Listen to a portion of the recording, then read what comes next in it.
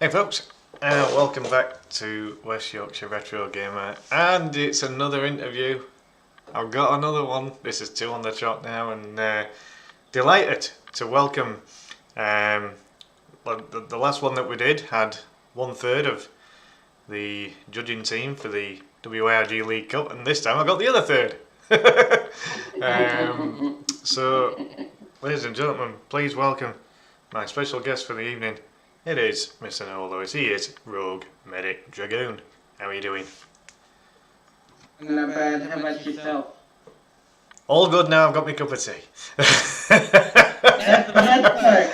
Oh, every time. You're not wrong, mate. Absolutely not wrong. Not wrong at all. Yeah, Noah knows me very well now, folks. He knows The that tea is really requirement. that is the tea is the blood flow that Yeah. churns through my body. That's it. There can be no inner peace. That's it. Yeah. Without Yorkshire tea, there can be no WYRG. There you go. Poetry in motion. Yeah. We have got in the YouTube chat. We have got 8WT. We've got Jack. Hello to both of you. Hope you're well. Good to see you. So, so for any of you that don't know, you're going to know shortly. So, me and Noah have been friends through streaming for about 4 years now, I think, mate. Roughly. Something like that. That's about right. Yeah. Yeah. Yeah, aye, not so bad, thanks, Jack. Yeah, thanks for asking, mate. Yeah, all good. And so, basically, like I first got to know Noah when he joined as a competitor in one of the other competitions, and then I asked him if he would be part of the judging team for the WYRG League Cup. Noah kindly volunteered to join the team, and yeah, we've just gone on from there since, really. So the first question that I always put to everyone on these streams now is, what is it that got you into streaming, and what is it you enjoy the most about streaming? That's a really great question. I mean, if you really think about it, everyone does have a way they do start, like, something happens to them. It's just like one day. Like, I guess how it worked for me was, and it was extremely weird, right? Some people started off, they start streaming with their pages and stuff, right?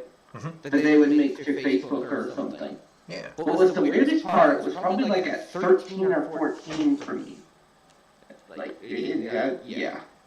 On my, like I would stream on my personal profile, like, cause that, if I thought about it, back when I first started doing that stuff on Facebook, and I literally did this too, I did this through Facebook alone on my personal profile, and I was streaming my PS3 stuff mostly, so like, what I would do is like, like how I got my camera right now, so instead of like, having a capture card or anything, what I would do is because I was in middle school around this time, I think. So what I would do is I would hit the live button on my Facebook, turn the computer itself like a TV screen, and that's how I would do it. Like, so as long as it lined up and everything, that's how I did it personally. Yeah. And I've been doing that for probably about 13 or 14, well, not entirely, probably about 6 or 5 years. Before I really, like, kind of moved on from that part. Because then you have to think about it at the same time, right? When you were someone like me who was, I'll briefly go through it, when you were homeless, like I was, you really didn't have the opportunity to do as much of that, right? You couldn't, because especially you were more focused based on trying to survive and get through all your schooling and shit. Of course. Yeah. Yeah, I mean, you were just a kid back then, weren't you? So. Yeah. That was kind of how I started it off.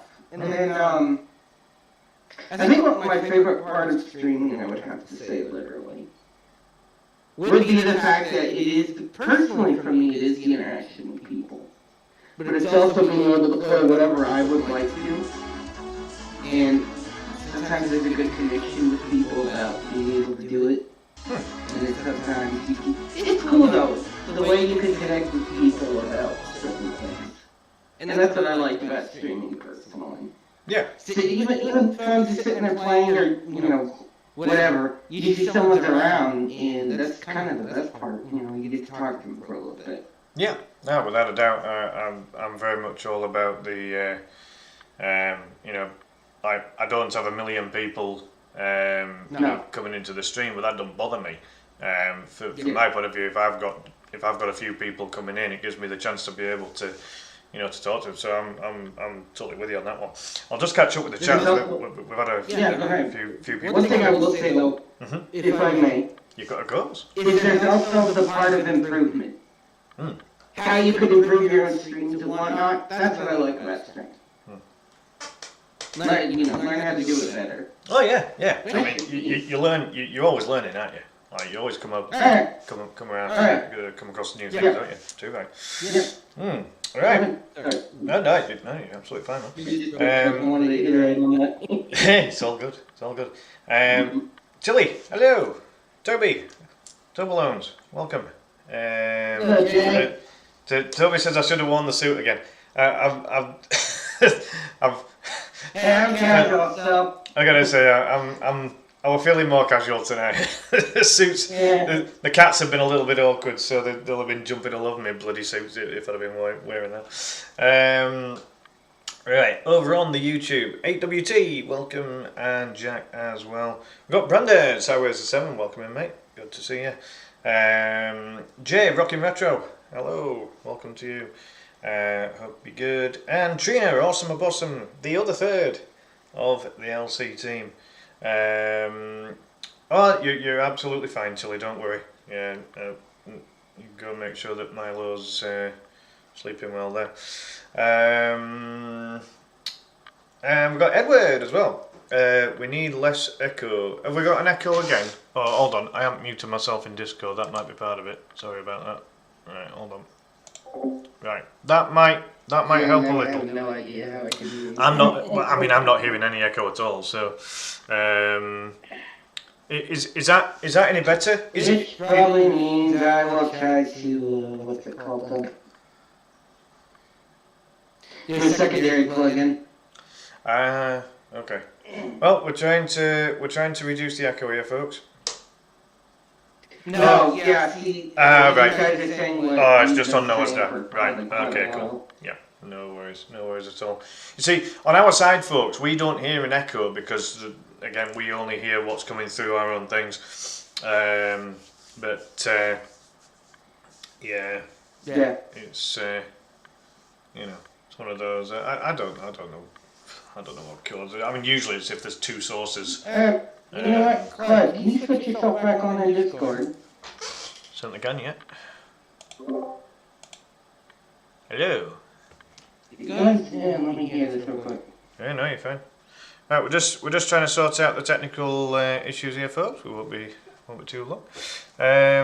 Tilly says he cough woke himself I can live with it.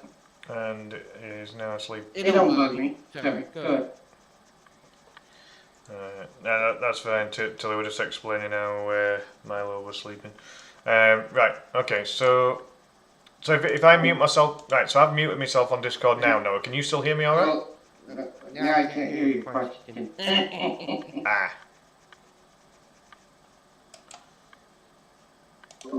So can you, can you get this maybe the stream up on your phone or something? What I'm doing. Yeah, because then I can, because if you, yeah. It's not echoing for me, so I don't know. Yeah, well that's the thing, it won't echo for me or you whilst we're on here. Okay. Aaron Ryan Gaming, or Aaron Ryan on its own over on YouTube, how you doing, mate? Welcome, mate.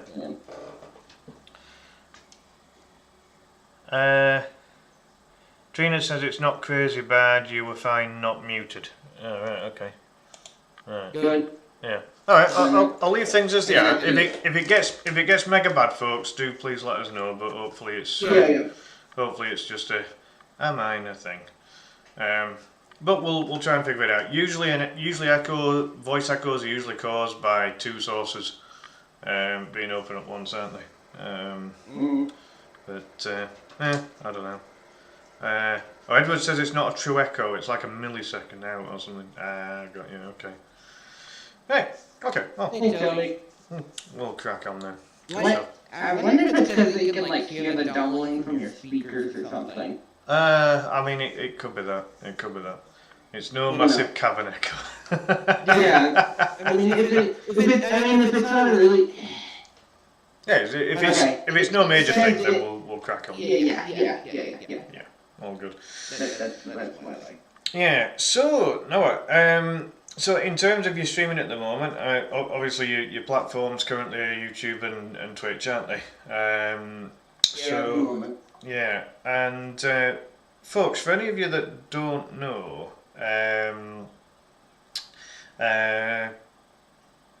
Noah a few weeks ago started up his own wrestling show, and months or two ago. I'm gonna say it's like pushing pushing about 8 weeks now, isn't it? Yeah, could be. Yeah, yeah.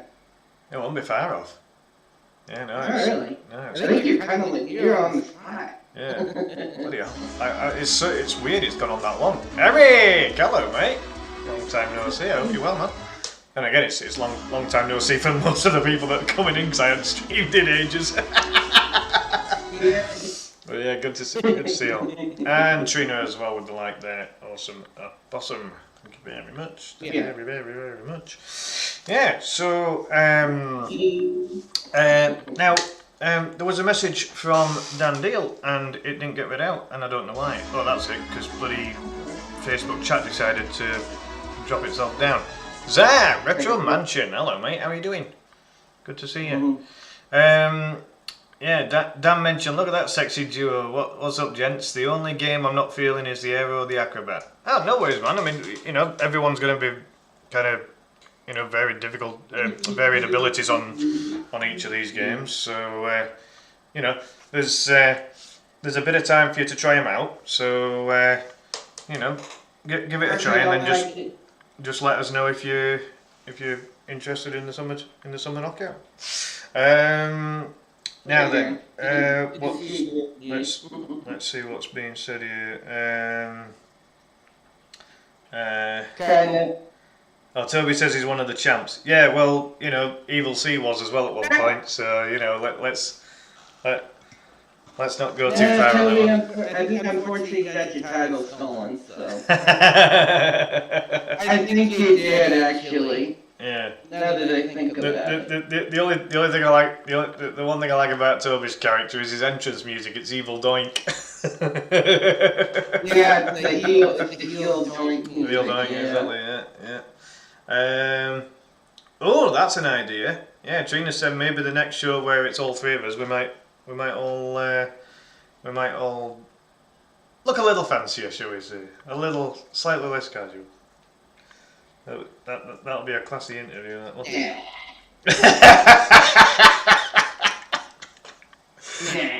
I like casual. Not like pajama casual, just like casual. Yeah, we'll see. It can always be the jeans for me, so. Well, it's only top half that we see anyway. We'll see. Hey, I like my USA top, so. Hey, I like it. It's all good. That's what I think. All good. What's this? Yeah, don't be good, your title taken. Yeah. So all you got to do now, Toby, is just listen to that glorious entrance tune that you've got, because I like the creepy chords in it. Down, down, down, down, down, and it just goes on like that. It's great. Yeah, go from Evil Doink to Evil Toby. Yeah. Hey, Toby, there was one point where the game glitched and you were practically naked, mate. That was so weird. That was for a number of people too. Like that wasn't even just Toby. That was a number of other people. I just remember it happening on that one specific fight. Like he came out and it's like freaking like what he started out with as the defaulted character, but with all, he still had his height and weight, but that's all he had. That's right, because Mama took it from him. Oh, Christ. That's right. Mama stole his belt. Bet Trina rewind and pause. What? Now you're saying that Trina fancies computer game characters, Toby? That's a bit much. Hey, Spotters Gaming. Hello, mate. How are you doing? Good to see you. Got good Lancashire. Oi, Jack, stop swearing, dude. This is Yorkshire tea all the way, my friend. Even says on the cup, best Yorkshire dad around. There you go, you see. Alright. None of that Lancashire trash. Ugh. Not today. Not any day, thankfully. I was forced to try Lancashire tea one day. Oh, God. And with Lancashire water and all. God, it tasted rancid. That was one of the worst cup of teas. But, you know, these things happen. Yeah, so, folks, for anyone that hasn't seen Noah's Wrestling Show, do please check Noah's streams out on YouTube and Twitch, which is Rogue Medic Dragoon, and catch the wrestling shows. They're really good, really good, really well put together. Noah commentates on the matches and uses all of the created wrestlers that he's put together. And these wrestlers take a very long time to make, so you know, do please go and check it out because it is well worth it. Edward says it's a well-known fact everyone in history only wears underpants in top half interviews.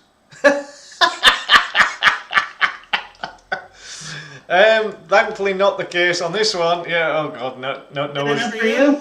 Yeah, I'll have to prove it as well then. So, oh damn, shut up in midsection, that's terrible. Nobody wants to see that.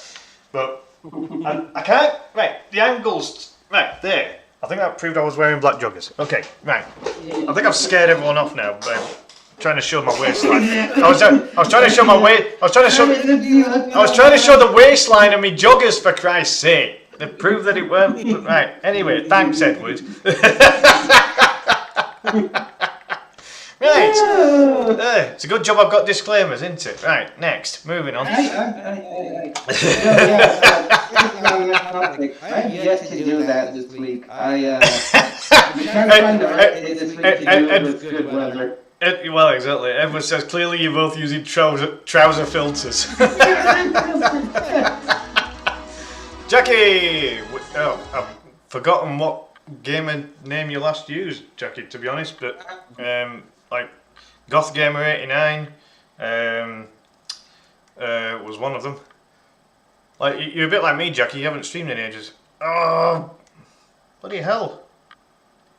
Because you changed your name completely. You changed your gaming name. Oh, bollocks. Bollocks. Ah! So sorry, Jackie. It'll come to me. Oh my god. Have I forgotten that? I'm so out of the flipping streaming right now. I need to remember these things. Anyway, Jackie, hope you're well. Good to see you. Now then, right. So yeah. So aside from the wrestling shows, now, are you doing anything else on your streams at the moment? Any particular any other games or anything, or is it just the wrestling you're focusing on at the minute? Wrestling and a few other things. Like I also, so maybe this is the part you don't know as much about me. Ever since though I've gotten this Xbox Series up, I do achievement hunting for it. So it's like I try to play whatever games I can find to try to be a little bit doable. To like beat some of these games, get all their achievements and such, and then just kind of like, you know. So anything I get that's 100%, you know, that's including depending on what games like I give you actually a pretty good example today. One I actually got done beating was Wolfenstein: The New Order. Oh. That was a little bit of a tough game to do, but it was doable in the end. And some of these games you have to know, like, do some research on. Like that one in particular, I actually learned that you could beat the game normally, but that you could go back to the last level and play it on what's called Uber difficulty, which is basically the equivalency of nightmare difficulty in some other games. Oh, Christ. You can go back, do it that way, and beat it. That gives you both achievements, that, 2 achievements in one stone. Nice. So, nice. It's just kind of for the profile, what do you call it, that shows how much of a gamer you really are. So Yeah. other than that, I'm what we call a gearhead. I love my Raptors, and I love killing locusts. Oh yeah, Gears of War. Yeah, that's definitely a franchise that you've had a long interest into. That Wolfenstein game was that like a modern version of Wolfenstein? Or? Essentially, yeah. Because I remember it had similarities to Doom, didn't it? It was kind of like a German Nazi version of Doom almost. Yeah. Or certainly the original at least, anyway, wasn't it? Yeah. Because technically in the storyline, I think someone told me this is an alternative universe. So, oh, right, okay. basically, like Germany had the upper hand. So. Right, yeah. No, that's fair enough. Yeah. Because I think the boss on the original's Hitler, or some kind of mecha Hitler. Yeah, this is when it's Death's Head. He's definitely called Death's Head. Right, okay. This boss has been around since probably, if I can think of, Return to Castle Wolfenstein. Oh, So, right, yeah. that's something along the lines like PlayStation 2, PC, or even the Xbox original. Yeah. So It's all good. It always looked pretty good to me, the Wolfenstein. I mean, absolutely. It did kind of give me Doom vibes, and I love Doom, so it was no issues there. We have got likes from Ian Phillips, Mr. Honk, and Kevin Davis, Red Ranger 2010 on the YouTube, and a share from Kevin as well. Welcome in, both of you. Thank you for joining. What was your other question, Clive? That is a good question. I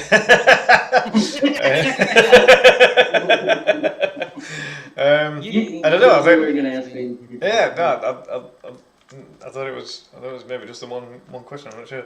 Edward says Wolfenstein's an absolute classic. Yeah, no, I'd agree. It's probably. I'd say maybe the Wolfenstein franchise was maybe overshadowed by Doom because they both came out roughly similar times, similar concept, similar graphics and stuff. So I think it maybe got a little bit overshadowed, but it definitely gave a very good alternative to Doom for anyone that wanted to see something similar but different at the same time. Kirby's wanting to take centre stage here, by the looks of it. She does it every time I stream. Don't tend to do this as often when I don't stream. It only tends to be when I'm streaming. Oh my god, Kirby! I mean, but the thing with Gears though is it's not for everybody.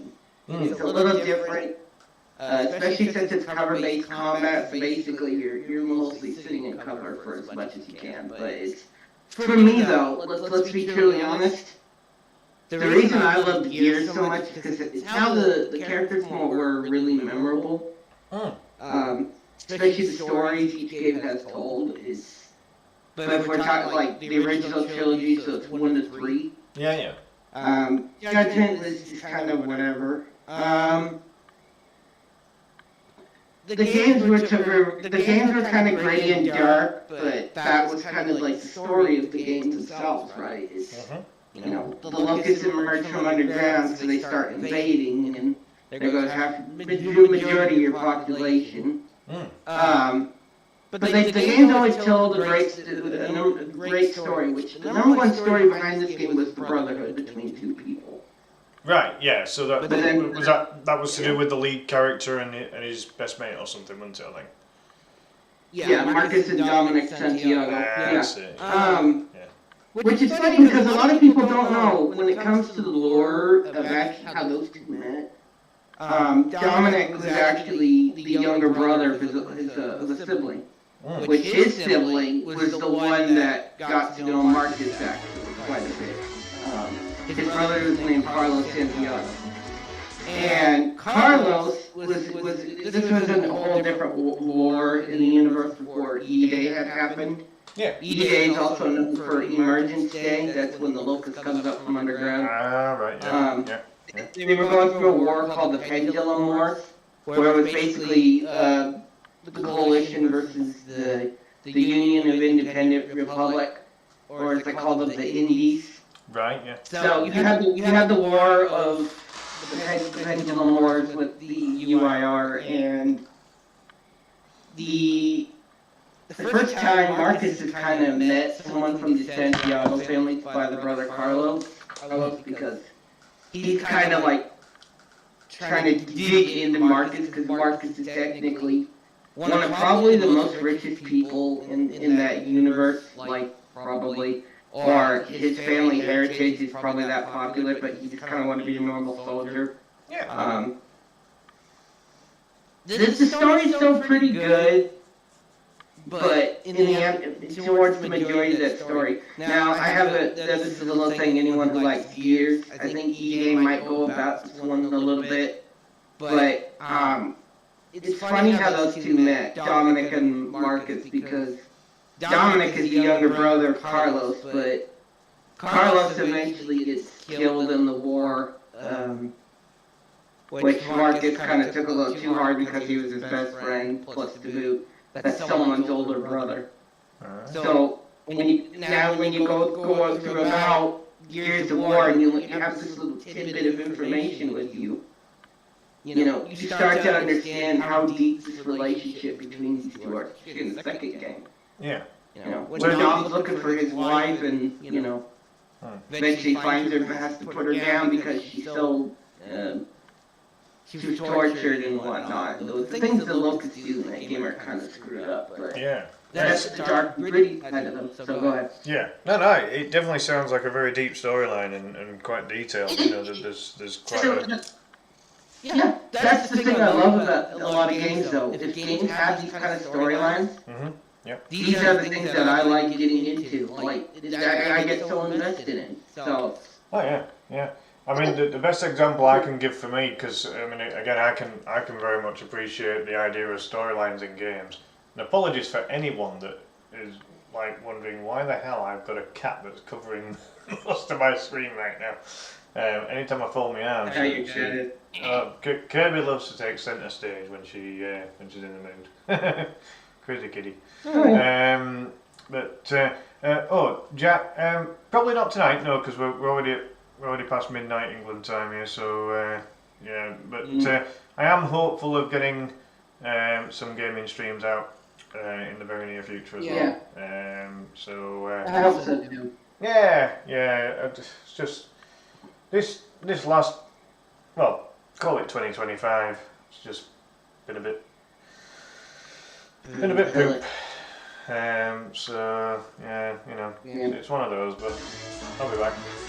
We've had a couple of follows. Welcome to West Yorkshire Retro Gamer. You're coming at a cracking time because I'm just trying to stop my cat from totally taking centre stage here. We've got oh Christ above, if I can even try and pronounce these two names, then I'll be doing something right. I'm going to have to get close to my screen here so I can even see the names. Kirby, stop digging your clothes in. Go up there. Yeah. You stay up there, you. Right. We have had Garmid and we have had Aklak. I hope that I have pronounced the two of you's names as close as I possibly can there. Thank you so much for the follows and welcome to West Yorkshire Retro Gamer. Edward says that cat is very cute and cuddly. I got 5 of my own and 8 kittens, good God, of various ages running riot around my house. I've been there, mate. I've had it where I had 4 adult cats and I think at least 2 of them had kittens at the same time. We had, I think most cats we had in the house were about 10 or 12 or something like that at one point. It was crazy. Cat's a Bradford fan. Which cat?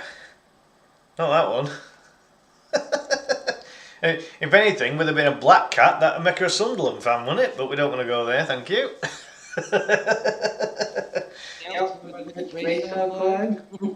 Say again, sorry? Question-wise or something? Anything you want to touch up on?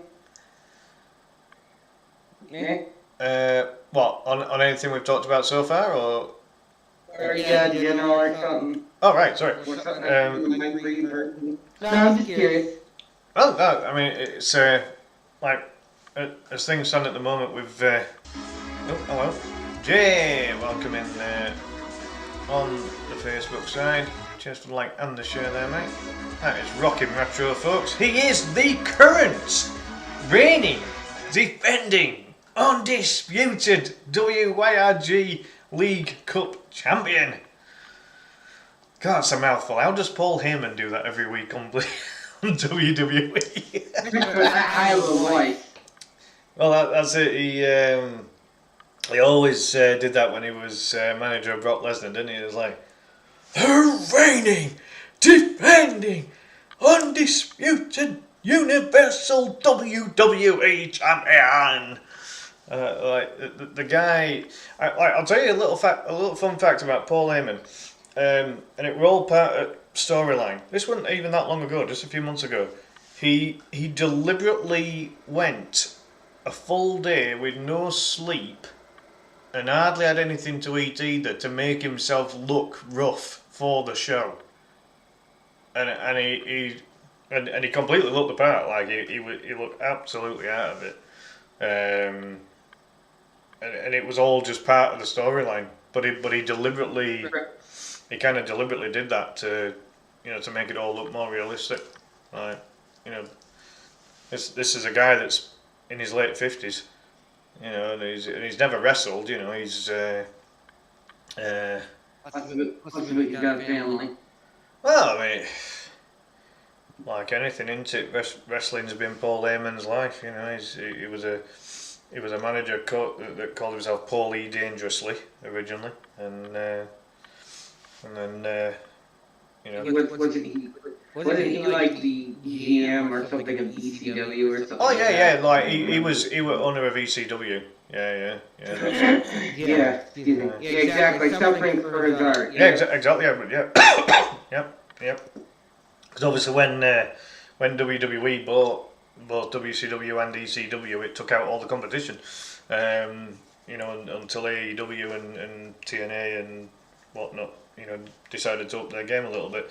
But ultimately back then, Paul Heyman was, both him and Eric Bischoff both got hired by WWE as GMs for Raw and SmackDown, and that, and everything kind of escalated from there. There was even that time when WWE had its own ECW, Right. which was not a raging success, if truth be told, but it was one of those. So Yeah.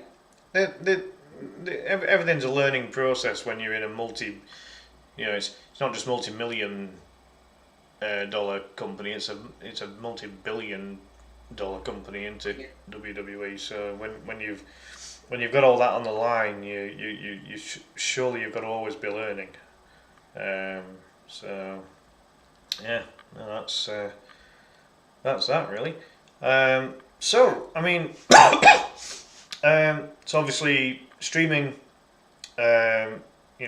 became part of your life there, Noah, and so what was it about the idea of judging that kind of caught your attention? Oh my lord, that thing itself. All right, I'll be brutal. No, I don't know why, but I was so stupid for wanting to be part of the other competition. Yeah. I really did. So with you, I built up the experience, and thankfully, even in general, building up this experience is what opened my eyes up more towards what judging is really like with competitions. Yeah. Not even just theirs over there, right? It's also like in general with competitions. Everybody's is different. It's not the same. They all function nearly similarly, or they could be very different. But however, Oh my god, I couldn't believe I was trying to get into that one the most. I mean, you know, So, we all learn, don't we? You know, we all learn and we all. oh yeah, especially nowadays. Yeah. You now know what it's like. It's just like, oh my god. Yeah. Yeah, so it was primarily the judging reason I got into probably with you was just because I wanted to build up that experience. Yeah. Even as I'm still building up the experience, though, I'm kind of enjoying that I've done your show a lot more than doing the other leagues. Yeah. Show. Well, your efforts are enjoyed massively it appreciated, man. quite They a bit. really are. You know, it's Oh, you know, I've said it before, and I'll always say it. That the help that I get from you and Trina keeps that competition going every season. You know, I couldn't do it without the two of you. Not a chance.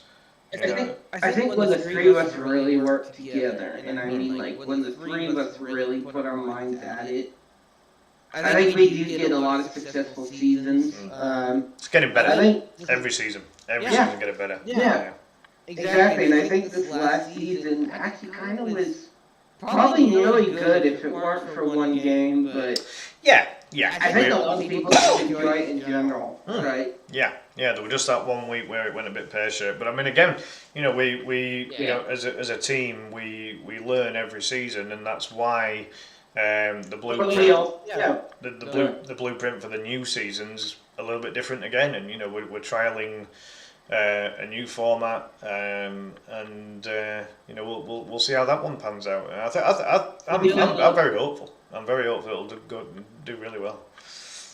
Yeah. We take what works and we keep working with it, but if we know that something ain't right or if we feel something needs to be improved upon, we do build upon it. That's the one thing I've noticed, especially with, you know, the three of us when we work together. I know I say that like the third person's in here, but not really. But, you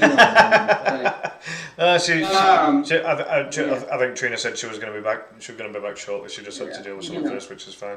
Yeah. But so when the three of us are doing all this, we're building. This is the thing between us and them. We're taking what these guys are saying in our own show. We're taking this shit literally. Pardon the language for the cussing, but we are taking this so literally, and we are like listening because we want to improve ourselves for the competition. Right? What works for these guys, but what doesn't work for them at the same time. So, I mean, even, you know, the other competition, they're gonna do things their way. Of course, we're gonna do things our way, but it's about the players for us, right? Yeah. It's not about how many people we can always get in. We always are gonna know how many people we might get back because we take care of our players. Yeah, too right. That is the number one important thing. It's the players. Yep. If they're enjoying themselves and they are liking what's going on, they're going to keep coming back. Oh yeah, no, without a doubt. You know, I think the whole thing in general has been very settled for a couple of seasons now, and because we do keep making improvements, and because we do listen to what the competitors put forward in terms of feedback, we then take the best bits of the feedback that we feel we can use to improve the competition, and that's what we try and do. Yeah. And you know, ultimately, you know, we changed certain things of the format last season. We're changing things up again this season, and everything gets at least a full season to be tried out. And what you know, we try and keep what works, and anything that doesn't, we try and adjust it, and that's I think that's what we try and do. I think Trina would probably agree with that, and we improve upon it. We absolutely do. Yeah, no, without a doubt. Edward says that he judged a parsnip competition once. They picked me due to my impartiality. Is that genuine, Edward? Like, is that genuine, mate? That's crazy. Like seriously, you know. I mean, If you're good at being able to tell the difference of something from parsnips, hell man, power to you. You. Yeah, no, exactly. I mean, there's competitions for everything these days. You know, all variety of vegetables and soups and God, you know. Yeah, really. You know, a lineup of sheep or cows or whatever. You know, There's competitions for everything. Edward says the evil eyes I got for judging the winning parsnips. I never realised vegetable competitions were so cutthroat. No, they really take it seriously, mate. I've seen it. Seriously. Yeah, I've seen it. I mean, like, I'm going to be playing in what's known as the biggest free entry competition in the world. Right. When I compete in the Whit Friday Brass Band March contest on Friday, because ultimately you have got about 120 brass bands all turning up to compete within this, like between the hours of about 3 in the afternoon and midnight, and so a couple of the villages that part of it all, they get up to a maximum of about 70 or 80 bands. It's crazy. We have got Ricky Reams of Reams Streams. How are you, Richard? Good to see you, man. How's you and Abby and the family? I hope you're all good. Yeah, I remember the day when Reams Streams became a stream. Like I visited his stream on about the 11th day after he'd set the channel up. It was Richard and Abby always used to stream together. Get my teeth in. They always used to stream together as a couple. Exactly right, Edward. Yes, Whit Friday March contest features in Brastoff. You're exactly right. Yep. Yeah. I wonder if my Facebook chat's working on here. The comment that Tilly made was the last one that was on, and that was half an hour ago.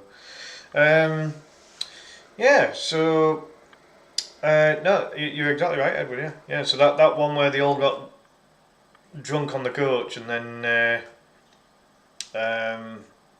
they were all peeing behind a wall. Oh wait up, Noah's on a break. So yeah, no, that's exactly right. I mean, I've seen them, like locally. There's a duck pudding championship, and I'm like, that's a pudding that's made out of dock leaves, and it stinks. Like honestly, when they're making it all, and then all these bloody, duck puddings get bloody judged. It's like, bleh. Not for me. Absolutely not for me. Well, there we go. So I mean, going forward, folks, sounds delicious. Ugh, it wasn't for me, Edward, to be honest, but Right. yeah, the smell was absolutely revolting. But it's true, technically anything can be judged, can't it? If you get it, if you get it. What's it? Need me to judge it? Judge what, Jack? What do you want me to judge? I ain't judging the duck pudding championship. I'd need a nose peg for starters. Basically, it was when I was playing with Ebden Bridge Junior Band. They always used to have us do a concert there whilst they were all making bloody duck puddings. Ugh, Christ. Edward said, I'm glad I wasn't judging a parsnip pudding competition. Oh, God. No. Half the things will stick in the food. Makes me shiver, mate. I'm not sure, Jay, because the last message that came through was Tilly's message, and that was 35 minutes ago. So I don't know whether, if I've missed any chat on Facebook, folks, I do apologise. There's literally nothing coming through on it, which.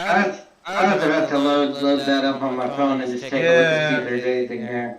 I was going to check myself. I don't know why the chat stopped on that, because I've clicked on the pop out chat, but maybe I need to have the actual stream on. I don't know.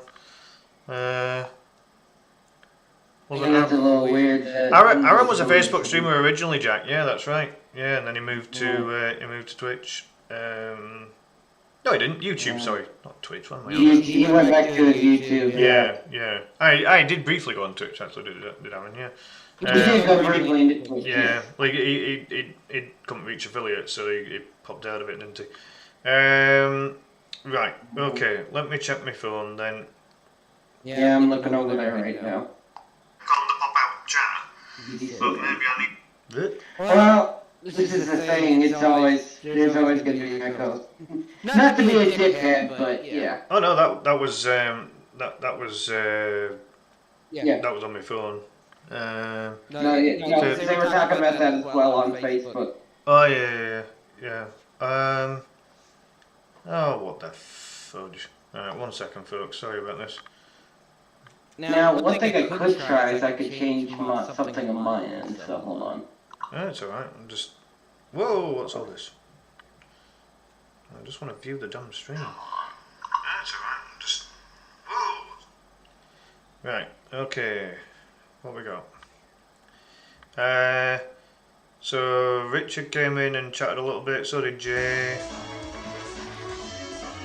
Salah, thank you for the follow.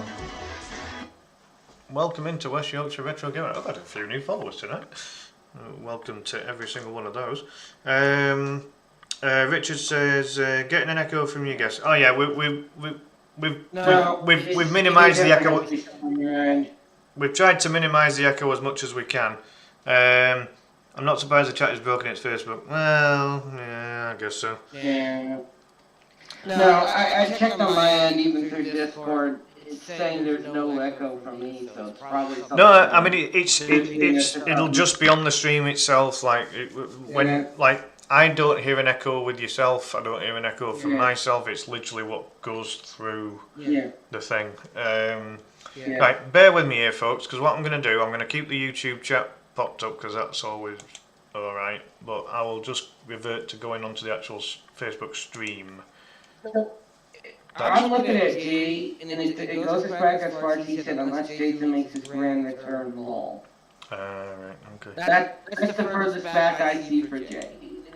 Oh yeah. No, absolutely, Jay. It's about you guys, though, as the competitors. So. Right. Okay. Yeah. So I've got the Facebook stream up now, and yeah, that's got all the chat. Right. So. Right. You know, I kind of figured some people would really like Shock Troopers, actually.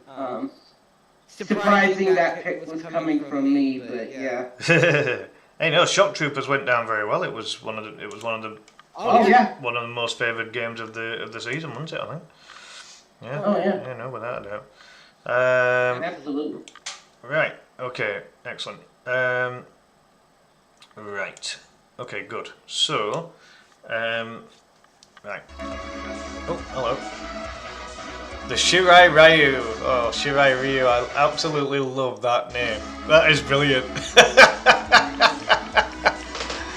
Yeah, Mortal Kombat on the brain there. Might get Lin Kuei next. But thank you very much for the like and share there, Shirai Ryu. I love that name. That is brilliant. If we get the Lin Kuei doing a like and share next, I'm going to be wondering who's actually making these names. That was brilliant. Right, yeah, so I've got, so Facebook chat's working on the actual Facebook stream itself. So Tilly said, okay, bye now. Aaron said, hey man, I'm doing alright. Yeah, not so bad, mate. Zach says, hello mate, howdy. Yeah, sorry that I've missed all these comments here, folks. I don't know what Facebook chat was doing. Like I literally popped out the chat and had that on my monitor, and then it just stopped just before Tilly said bye. And I have no idea why, so I do apologise. Mark, welcome in, thank you for the like. Hope you're well. Right, so Aaron said, if you're hearing Noah from your speakers, then your mic is going to pick up Noah's voice and send it out again, hence the echo. You'll need headphones, but oh, right, okay. Hello, love, says Eric. Titch says Zach pronouncing it right there, yep, I like that. Kevin Davis, hello, yeah, hello mate. A whopping followage for Eric of 1,194 days, much appreciated. Eric says, just stopped in to show some love, but good to see you. Yeah, you too, man. No, I appreciate you coming in, always. Yeah, no, good to see you. We've got Kevin Davis with another whopping followers there, 1,451 days. Chase says wide angle. Oh yeah, that's just the nature of my camera, unfortunately, when I do these. Salah with the share as well. Appreciate it, mate. Thank you. Thank you. Right, where are we now? So it was Goth Game. I do remember though, like Jackie, it did come to mind. It was Batgirls Asylum, wasn't it? But then you reverted back to Goth Gamer 89, didn't you? That's why I was getting confused. Yeah, apologies for that. Right, yeah. No, that's fair enough then. That's fair enough. Oh, that was today. I'm sorry, Jackie. Yeah, sad news. Oh dear. Yeah, condolences. With a lot of things, I guess. Say again. No, sorry. Start your YouTube channel. Yeah. Oh, the cat in the background is giving Clive lots of funky hairstyles. Oh yeah. Yeah, if I get my head back and sit and kind of slouch down in my chair, then Kirby looks like a jet black wig. Yeah.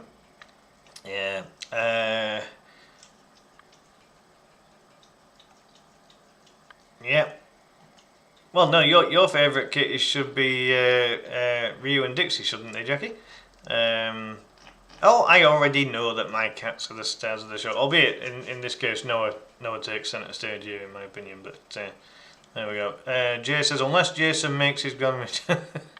Definitely enjoying having you on the team of judges, Noah. You all work in sync beautifully. I appreciate that feedback there. Now, me, Noah, and Trina really do enjoy working together on the LC. And you know, hopefully. The one I gotta work with, yeah.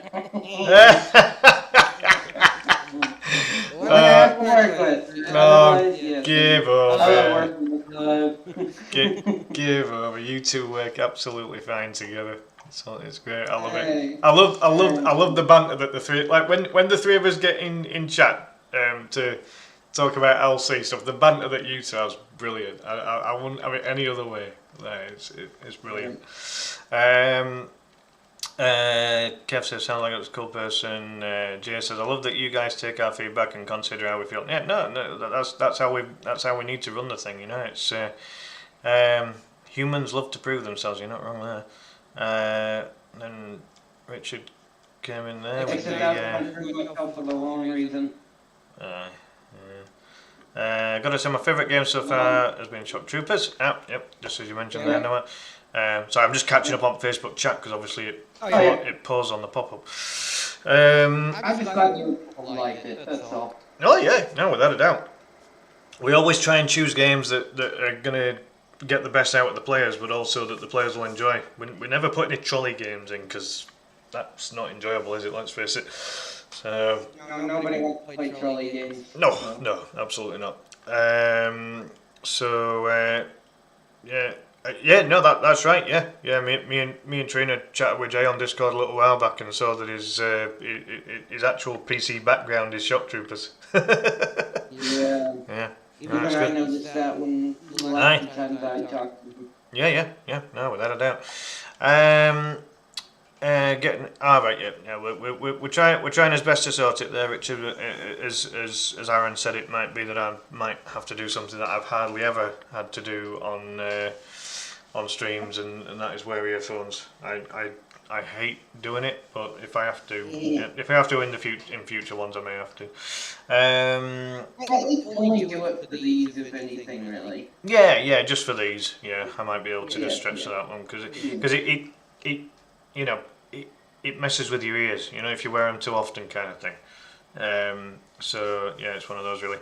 Shirai Ryu, welcome in, and thank you very much for joining the stream. I only speak English though, so I don't understand the language that you've used in the chat there. His translated message was "You're welcome, brother." Right, yeah. Because on mobile you can translate. Yeah. I've just pressed the translation option actually. Yeah. No, that's brilliant. Yeah, fantastic. Yeah, great stuff. Oh, for God's sake, Clive. So I keep clicking on things. Right, there we go. Right. Brilliant. Right, what we got? Let's catch up on the YouTube chat. Aaron and Jack catching up there. Yeah, no, it's all good, man. Hold on, is that scrolled all the way down now? Better be. Yeah, it is, yeah. Great. Right. Yep. Right. That's just everyone having a catch up in YouTube there. You don't have a PC, Jack? Oh, crap. Well, if that ever changes, man, then, you know, we'll all be happy to help you get set up on all that if that ever changes. Yeah, no, without a doubt. So, Noah, in November this year, we have got the new season of the LC coming up. Okay. Yeah. So what would you say you're looking forward to the most out of the new season coming up? I think it's always how it's going to be. The number one thing is how these players are going to do and how much enjoyment they may get out of it. Yeah. No, without a doubt. Again, we've got another great variety of games coming up, and you know, these are definitely going to challenge the players. You know, in equal measure, just like the last season has, I think. Yeah, no, the three. I'm sure three of us are all going to be looking forward to judging these runs again, and I think just the testing of the new format as well. That's going to be interesting. You know, we've got Absolutely. got 6 regular weeks and then 3 playoff weeks. And again, it'll just bring out a slightly different mentality in terms of how the players go about it. You know, you can't just kind of slacken off with a week or 2 to go. You know, 6 weeks is not a long time. You know, that you've got to hit the ground running from the off if you want to get into those playoffs. And you know, at the end of the day, we'll be putting the top half into the playoffs, and may the best players win at that point. So, very much looking forward to that. Right, let's. Oh yeah, no, without a doubt. How about we open the floor to any questions that any of you might want to put to either myself or Noah. Floor is open. Yeah, that's it. The floor is open.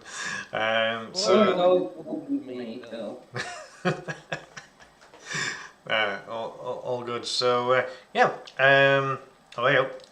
Edward says more games, more weeks, more streams, more fun, more competition. I like it. I like that a lot. Yeah, I like that. Good question from Jay there, Noah. So, what is your favourite game of all time? It's always a tough one, that. I touched base on this one. It's absolutely Gears of War. Yeah. I am a gearhead. I will always be a gearhead. I love the story of Gears of War. Yeah. The story is amazing. It is the best part to me. Fantastic. Now, if you're talking retro, yeah, that's a good. Yeah. That's another story. Mm-hmm. That's a bit of a tricky one because retro itself has many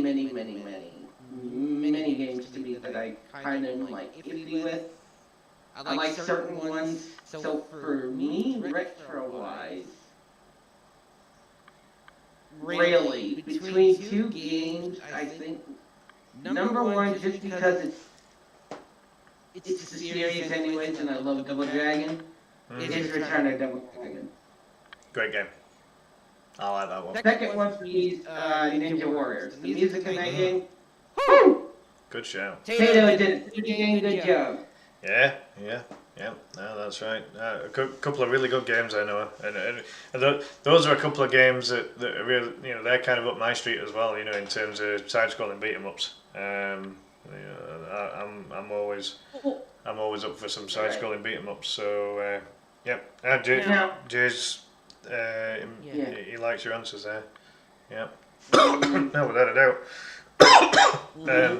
Now, see, but that every one of us, that depends, right? We have our own definition of retro, right? Oh yeah. So like somewhere where Clive could come from, he may not consider something like PS1 to be retro at all. He may not. Someone like me, that's not saying, Clive, that I would say that you don't think so, but there are Don't worry. people who believe that.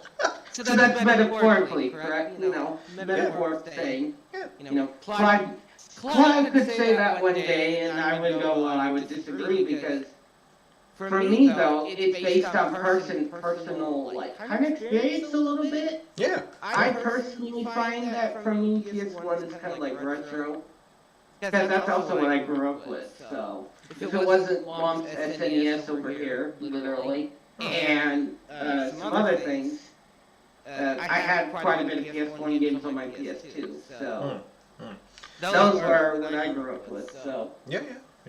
I mean, this is the thing, folks. For any of you that don't, for any of you that aren't aware, Noah's a relatively spring chicken compared to myself, on the basis that have you turned 26 yet? Or are you still 25? I think I'm technically actually 26. Technically, so you've got your birthday coming up. Well, next year would be probably maybe 27. Right. Oh, there we go. Jack's 20. God, I remember what I was doing when I was 20. Yeah. We're not going to talk about that on stream. Yeah.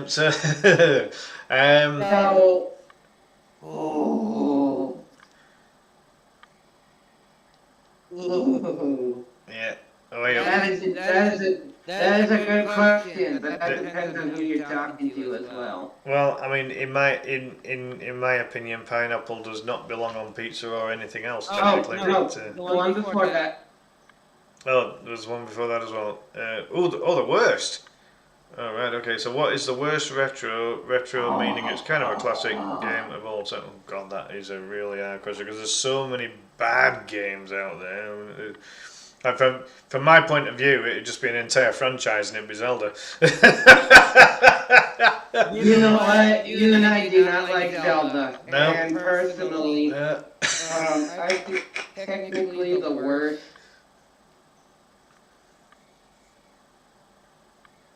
Oh, yeah, you know what? I'm going to go with 5 on this one. I really do not like Zelda. I really think it is. I think it's really okay. Zelda first. Second to me, now this is gonna hurt because I grew up playing this one the most. Mario is extremely overplayed in my opinion. I have gone to so many channels to see them play nothing but Mario. Mario for me is the next thing I have seen played so many times that I do not like to watch anymore. I think that and again this is one of my gripes about Zelda, that it's so overplayed, it's overhyped, like there is not really that much enjoyment in doing what you have to do on freaking Zelda games. Like and the thing with Mario is that the whole Mario concept is so similar on every game, just with different levels. Peach gets captured by Bowser, and you got to go and rescue her, and that's it. There was one time that was reversed. One time. All right.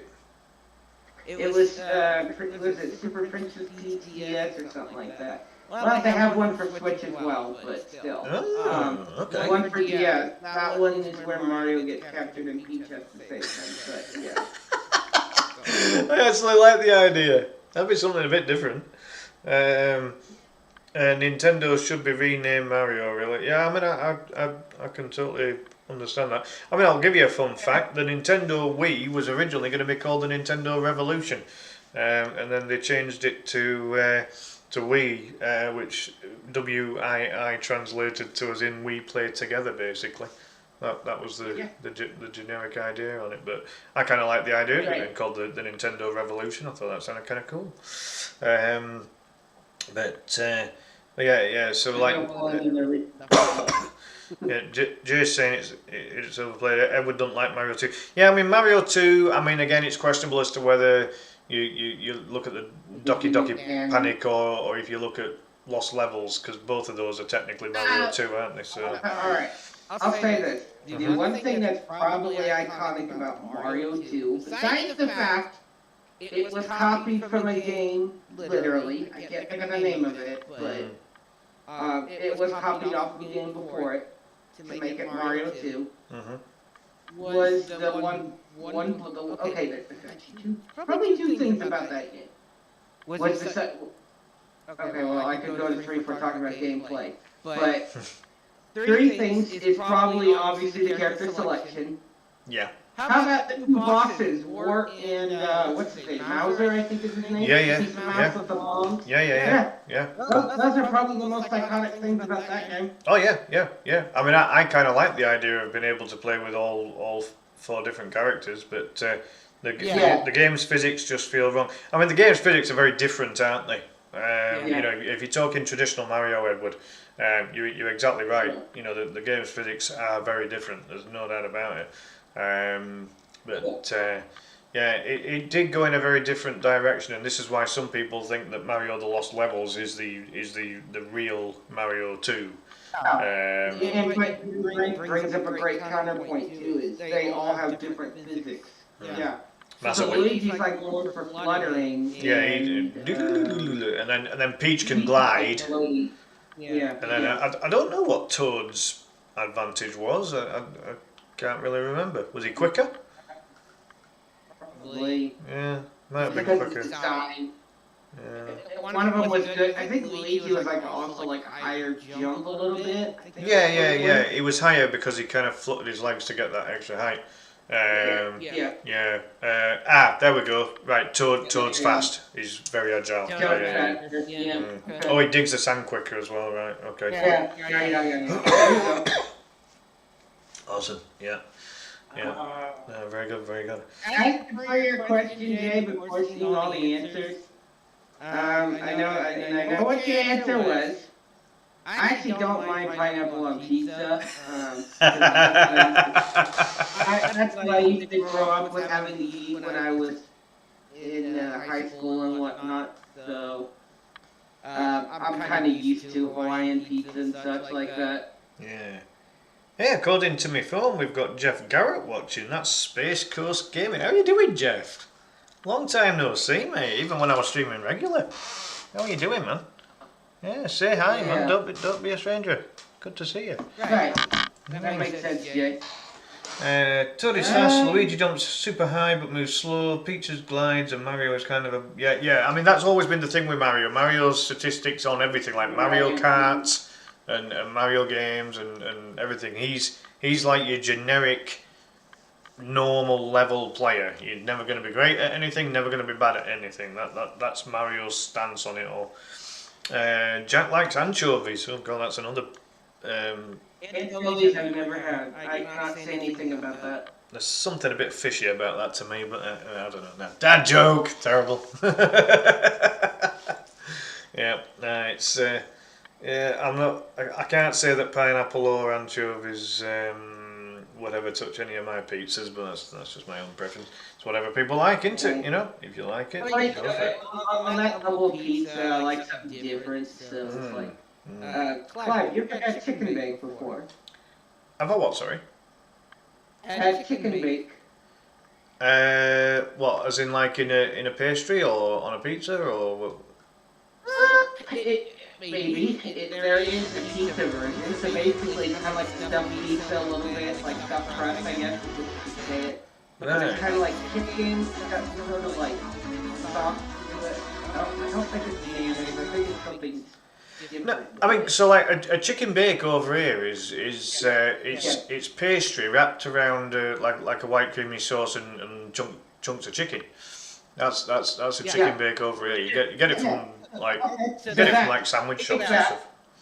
Yeah. So take that and now put that in a pizza format, right? Ooh.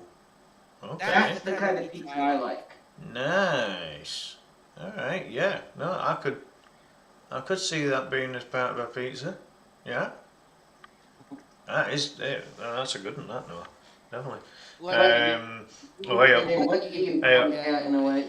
what do you call a cat in a station wagon? Apologise immediately. What? Oh, sorry, no, that was Jay's. Right, hold on. Right. Oh, God, I need to catch up here. What's going on? Right. Different physics. Yeah, compared to the rest. Yeah. Okay. Okay. Yeah. Got it. Right, so what do you call a cat in a station wagon? You're a dad, Clive, you can tell. Oh, you're not wrong there, Jack, to be fair. Apologise immediately. No. Back to the cat joke. No, I want an immediate apology from Clive for his horrendous dad joke. Hey, are we?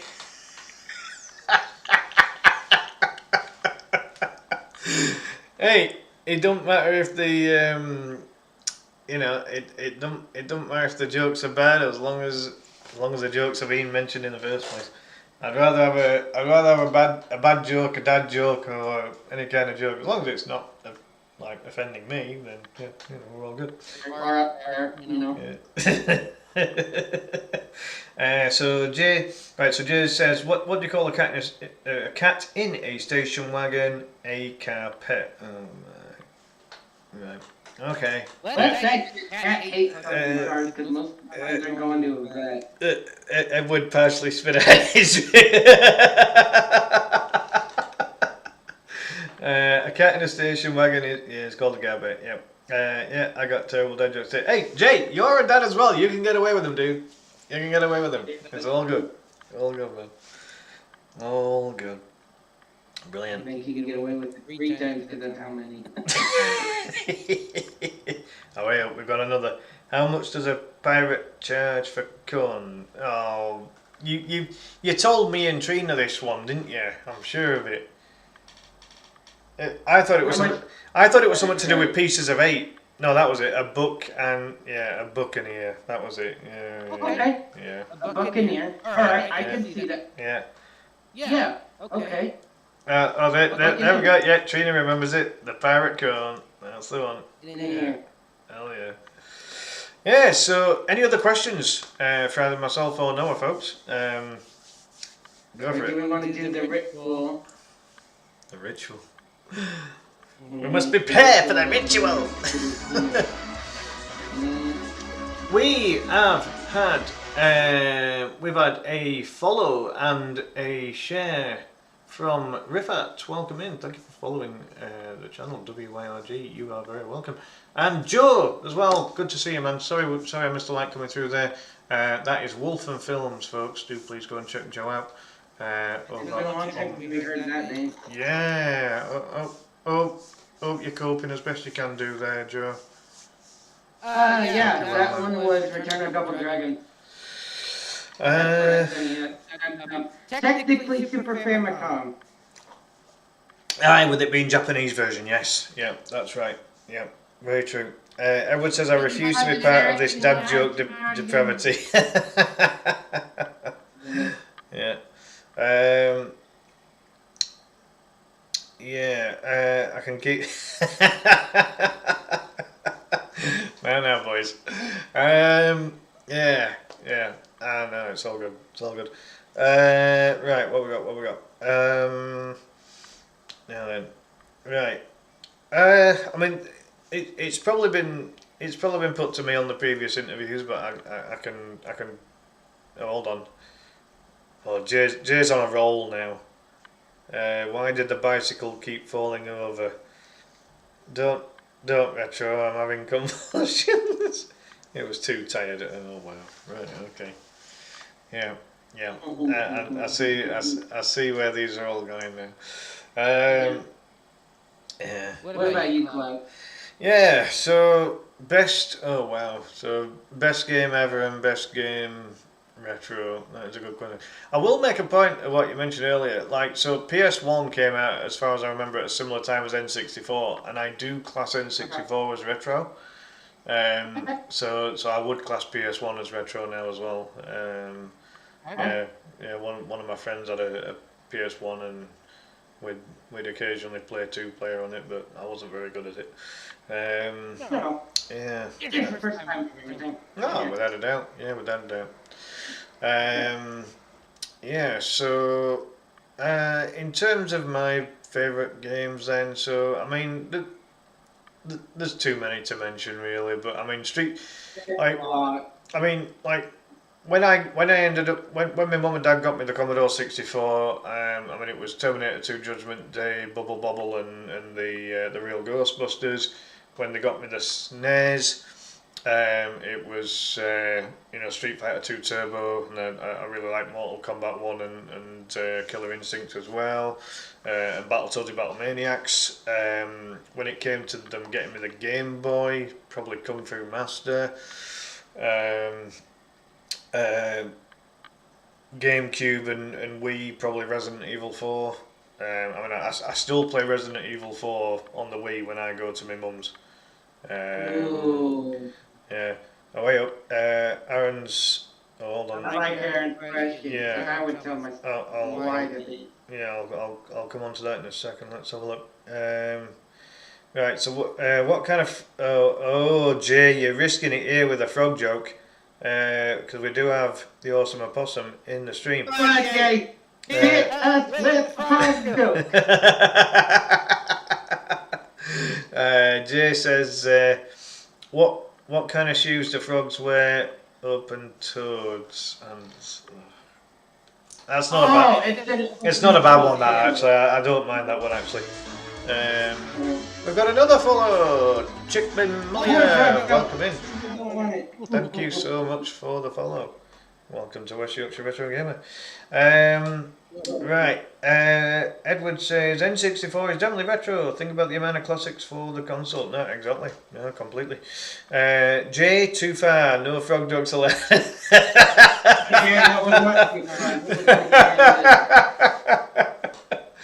I mean, you have to remember that question as well. You have to remember some people will not classify something like N64 or PS1 as retro or classics to them. Yeah, possibly not yet. I guess the time the time will come eventually. Just for the sheer amount of time that they've been out, it'll have to be classed at some point. Aaron says, I've got a question for both of us. As you're both streamers for many years now, if you were to talk to yourselves years ago when you first started streaming, what advice would you give? Oh, wow. Quite a bit. Yeah, that's the easy answer. Yeah, a lot. Now, very specifically, do you want to go first or? Oh, up to you, mate. Up to you. I could say for me specifically, there's a lot of maturity involved in streaming that you have to have, in my opinion. Like, you could be a jokester and have a good time, laugh and everything. But you definitely, to try to keep up and try to, go on through with streaming, you have to have the maturity to be able to do it. Because it's a commitment in a sense, but you can also put it down whenever you want to. Definitely though, for myself, besides the maturity of it, I had a lot of problems when I was first starting out. I kept trying to appeal to everybody on certain things. Be yourself. Don't try to appeal to everybody. If you have to, just do as little as you can, but just be yourself. That's the one thing. Don't talk. Okay, this is another thing I've had to learn over time too. Don't always talk about your personal life on stream. That shit, and I'm going to apologize for cussing, that shit will turn people away. They do not want to hear that all the time. You need, there's a level of professionalism between streaming, and then there's the personal life professionalism at the same time. Like, you could probably talk about a little bit what's been going on, personally for you. Yeah. But only to an extent you should probably do that. Yeah, very fair answer, man. Without a doubt. Dave Butler, Entertainment Roundtable Cast. Welcome in, mate. How are you doing? Good to see you. Hope you're well. Oh, Jack says bye. Good to have you in the stream there, Jack. Yeah, you have a good sleep, mate, and I will catch you on the next one. Yeah, good to see you. Right, let's just catch up on the chat, and then I will answer that very fair question indeed. Right. Oh, no more vid calls. We'll see about that. What? I don't know. Oh, he's got a little note. He's got a notebook. He's got a notebook of dad jokes. Oh, right. I get it. Because Trina said no. Right, I need to start from the bloody top of the damn thing. Yeah, no more vid calls for you. No, that's very fair. Yeah, he needs to behave. I'm ashamed of that joke and I didn't even tell it. All good. Right, last one. Why do melons have weddings? Because they cancel it. I'm moving on.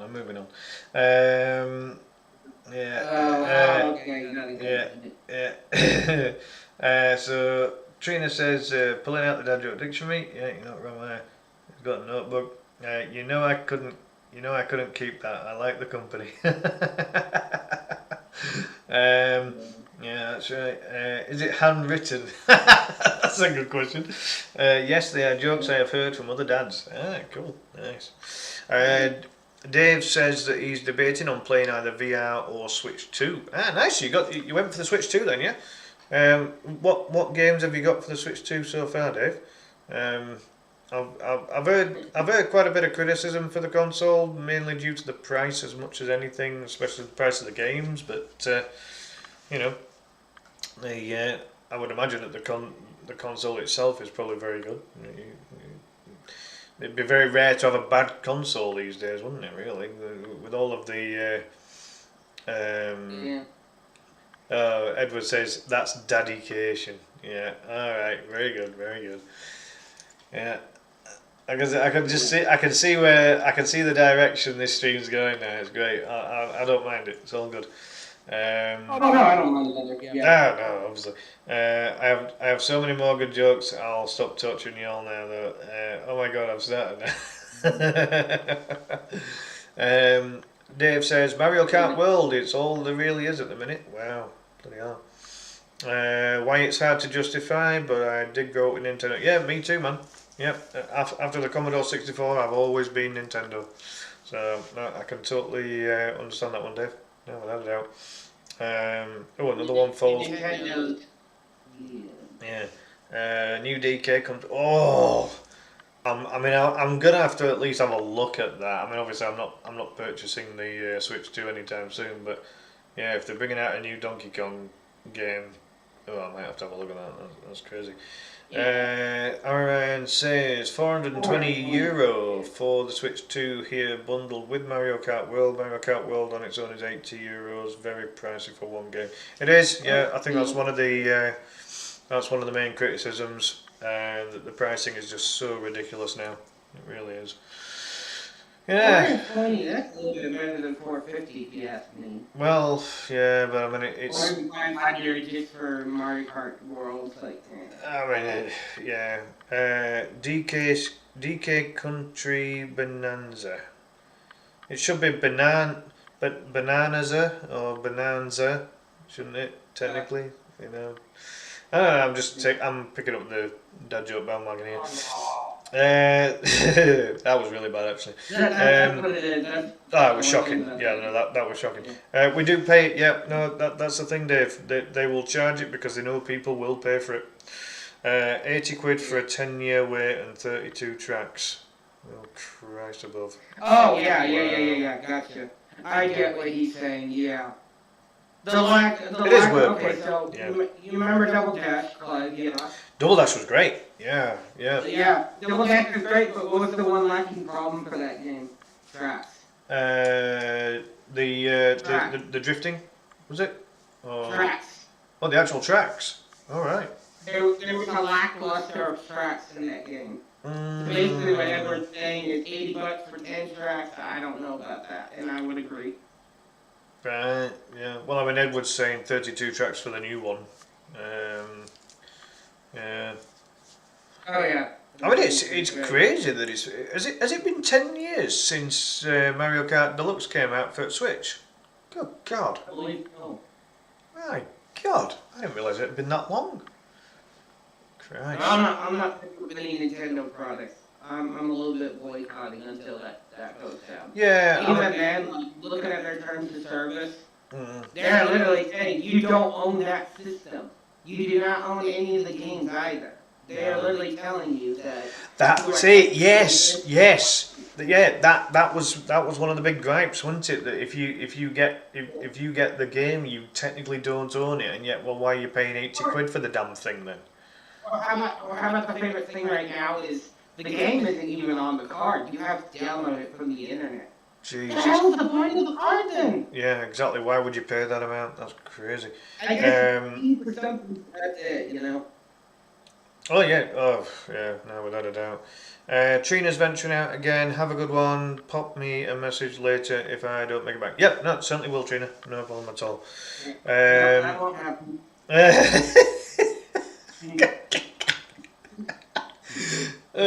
Just wait till I get you both in that judges chat again. Right, so Switch 2 does virtual carts now. Yeah.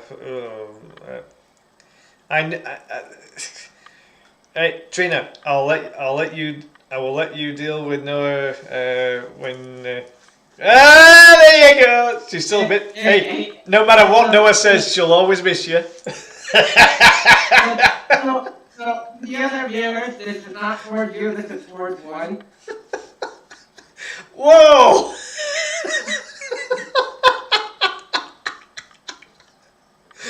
Oh, Christ above.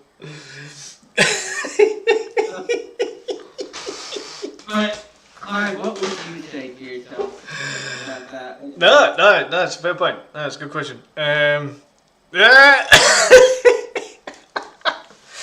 Oh, Trina, you'll get the chance for rebuttal when the three of us reconvene in the judges chat again sometime. So it's all good.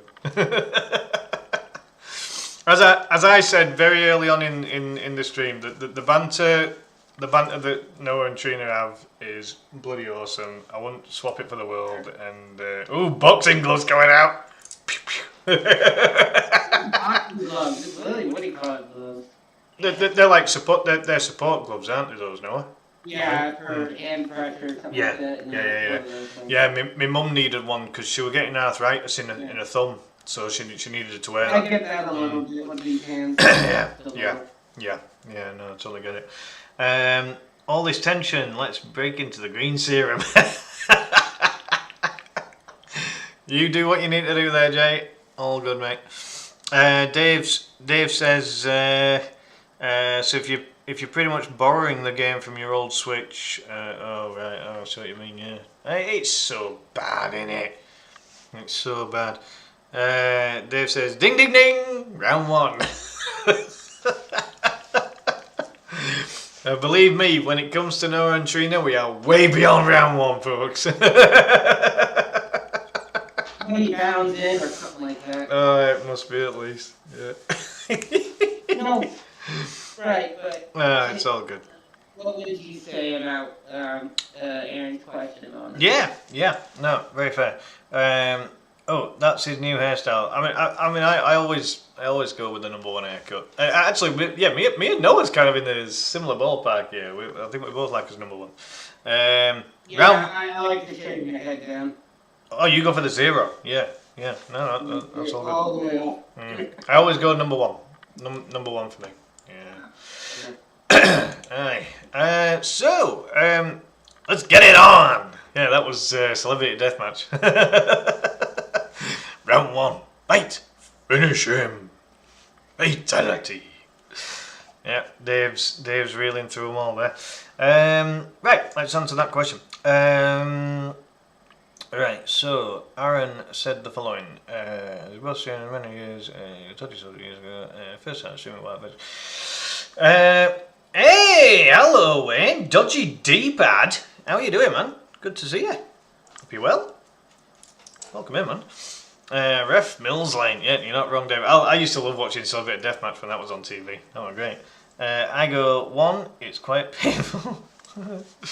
Right. So, in answer to Aaron's question there, certain similarities to what you said. No, like as much as we try to, to please our audience so that they keep coming to watch us, at the same time we have to enjoy ourselves as well, because we're the ones that are churning out the content. So finding that balance is definitely, that's the challenge, isn't it? And maybe because I always try and keep up with the chat as best as I can when I stream, but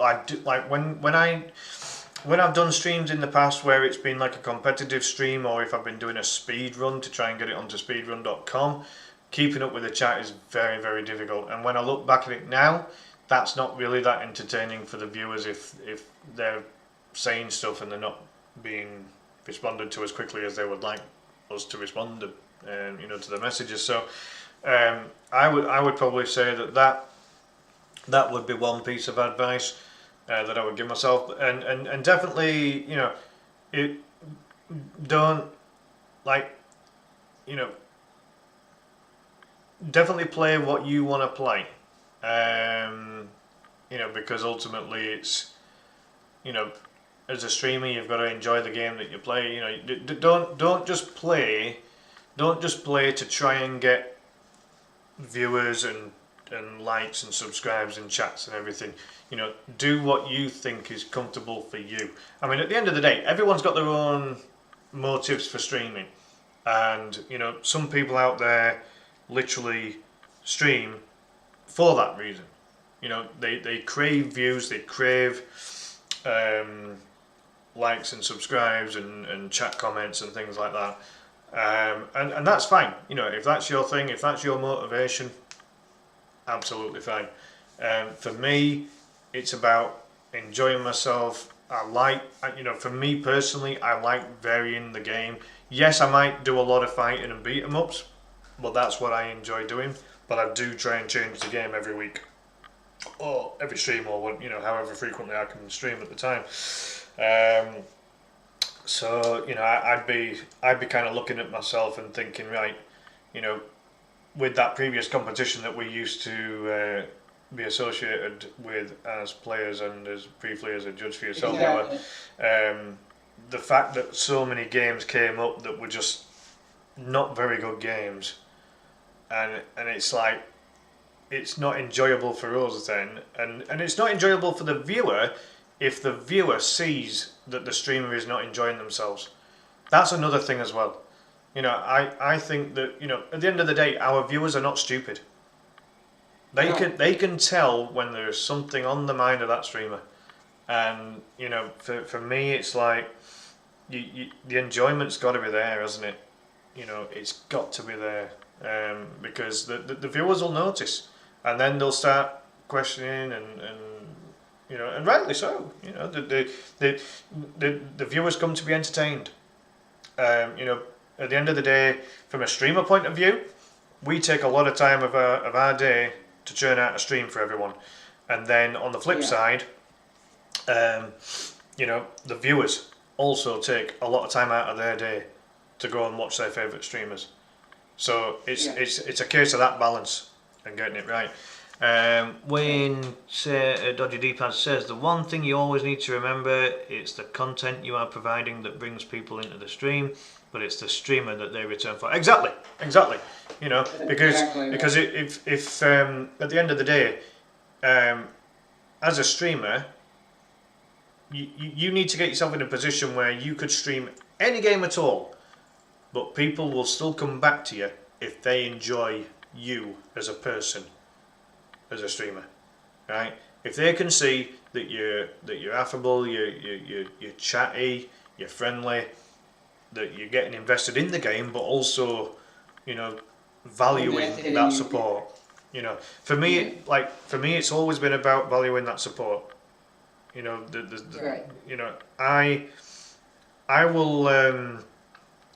I will stream to just one viewer if that one viewer is enjoying himself. You know. Yeah. If it went down to none, yeah, I'd probably end the stream at that point. I'll give it a few minutes to see if anyone else comes in. But if it ever got down to 0, yeah, that'd be right. Okay, that's me done for the night. I'll see you next time, kind of thing. Exactly.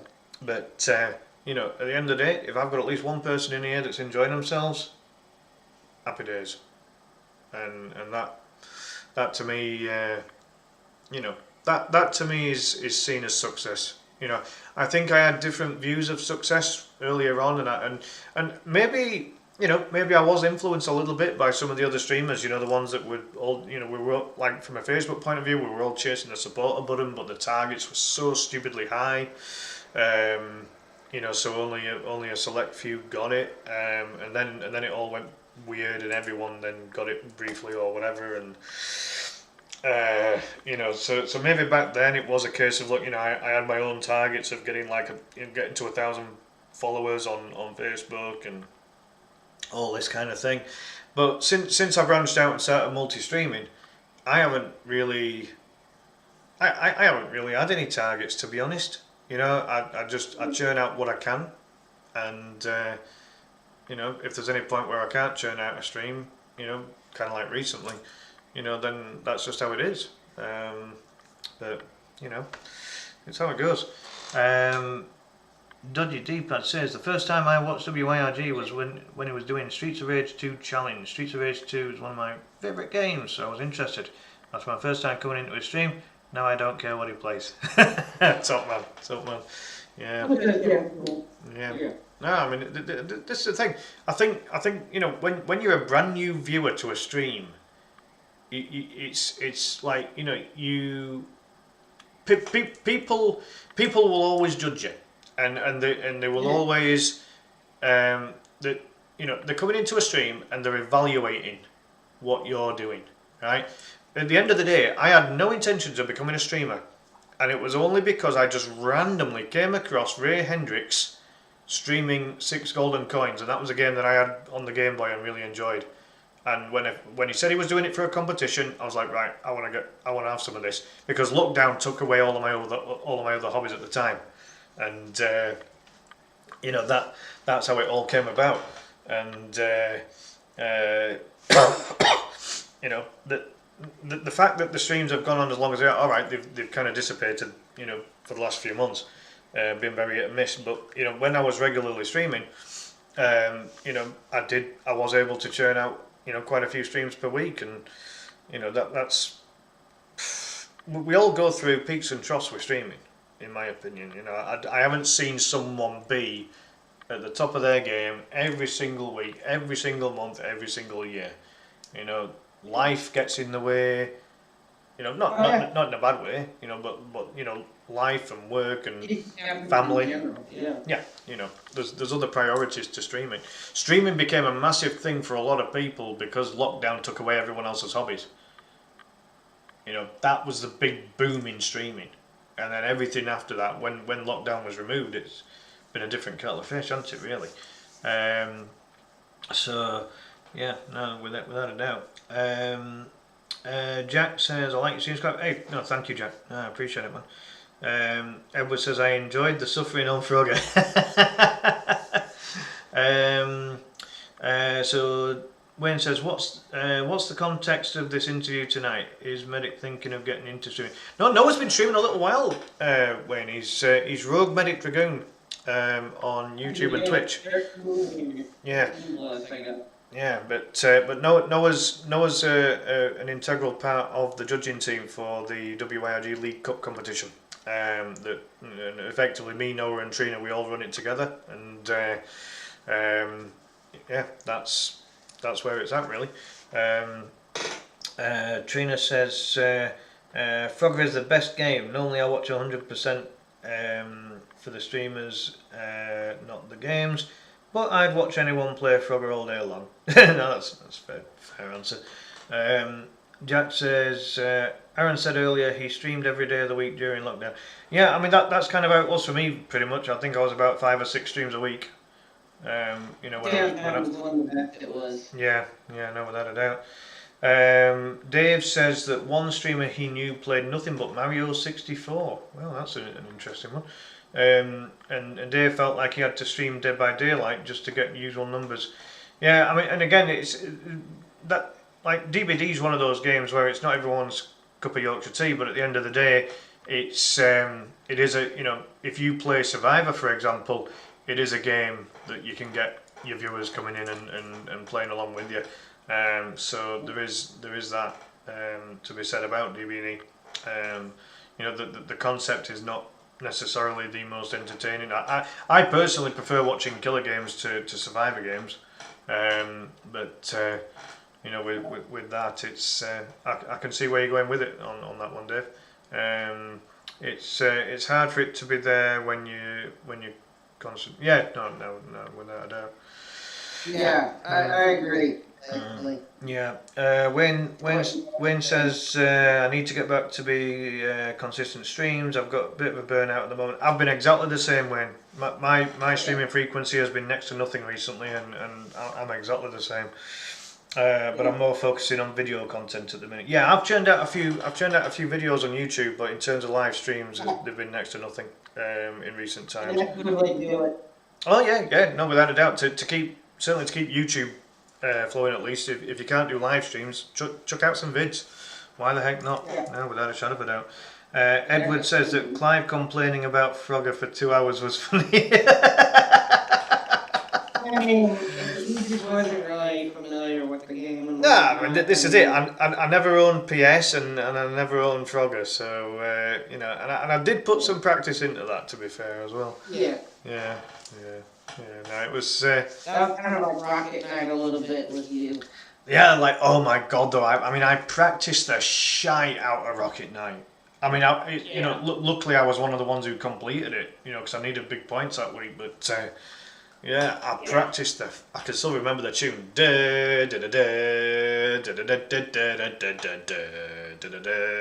That tune went through my bloody head that week. Oh my god. Yeah, Jesus. You like Rocket League now, Aaron? Well, I mean, Aaron does. I mean, he wouldn't be able to stream it 4 times a week every single week if he didn't enjoy it. That's for sure. That's a shame he's not doing Metro anymore. But yeah, I mean, I was saying that to Trina recently that, you know, I would dearly love to see Aaron do some retroing. You know, even if he did it on a different platform, just so it didn't affect his statistics for YouTube. You know, he's still got a Kick channel as far as I know. You know, you can maybe do that. But no, it would be nice to see Aaron, you know, just dip his toes back into some retro again at some point. But again, you know, at the end of the day, you know. It's what he wants to do. Yeah, exactly. And that's exactly what we're going to touch on there. That ultimately people will stream what they want to stream, and you know, it's how it goes, really. Yeah, I mean, it does, Jack, and that's the, you know, that's the reason that Aaron does Rocket League, because it you know, when Aaron moved exclusively to YouTube. I mean, correct me if I'm wrong here, Aaron, if you're still there, dude, but. You know, when Aaron moved to YouTube, like, Aaron's YouTube channel existed for, you know, God knows how long. Quite a while. Yeah, before he became a Facebook streamer. I mean, Aaron became a Facebook streamer because he was still coupling with Glasgow Current, and I said to Aaron, Aaron, you need your own page, dude.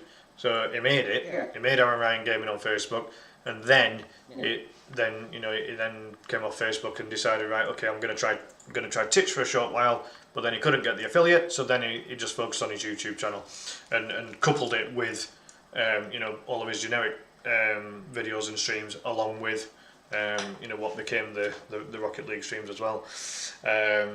So and again, the thing with Rocket League is that because there's a lot of kids out there and teenagers who enjoy playing Rocket League, they'll see Aaron live and they'll be like, oh, there's an opportunity to go and play in Aaron's tournament, for example, or whatever the case. So, you know, I do believe that's the reason that Aaron gets, you know, the views that he gets, because, you know, there's a lot of kids out there who enjoy playing Rocket League. So, you know, that's That's how it is. And Yeah, Aaron's first YouTube video was 15 years ago. I mean, Christ, some of his viewers weren't even born back then.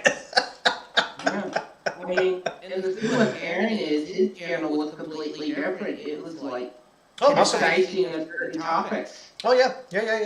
Like Aaron used to do his he used to do his review shows and about certain different subjects, and then also about you know, things that happened specifically in his life, and then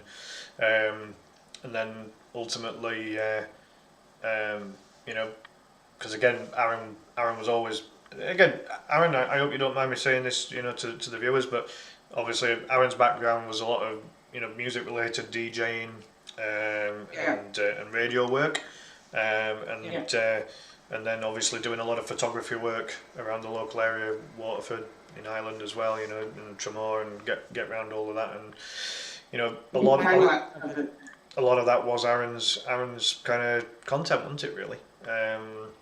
So yeah, Aaron, I hope you don't mind me, you know, just touching on your background there. You know, apologies if I've overstepped the line, but hopefully not. Yeah, I like them. oh yeah, no, without a doubt. No, it's nice to see that variety. Edward's asked a good question there.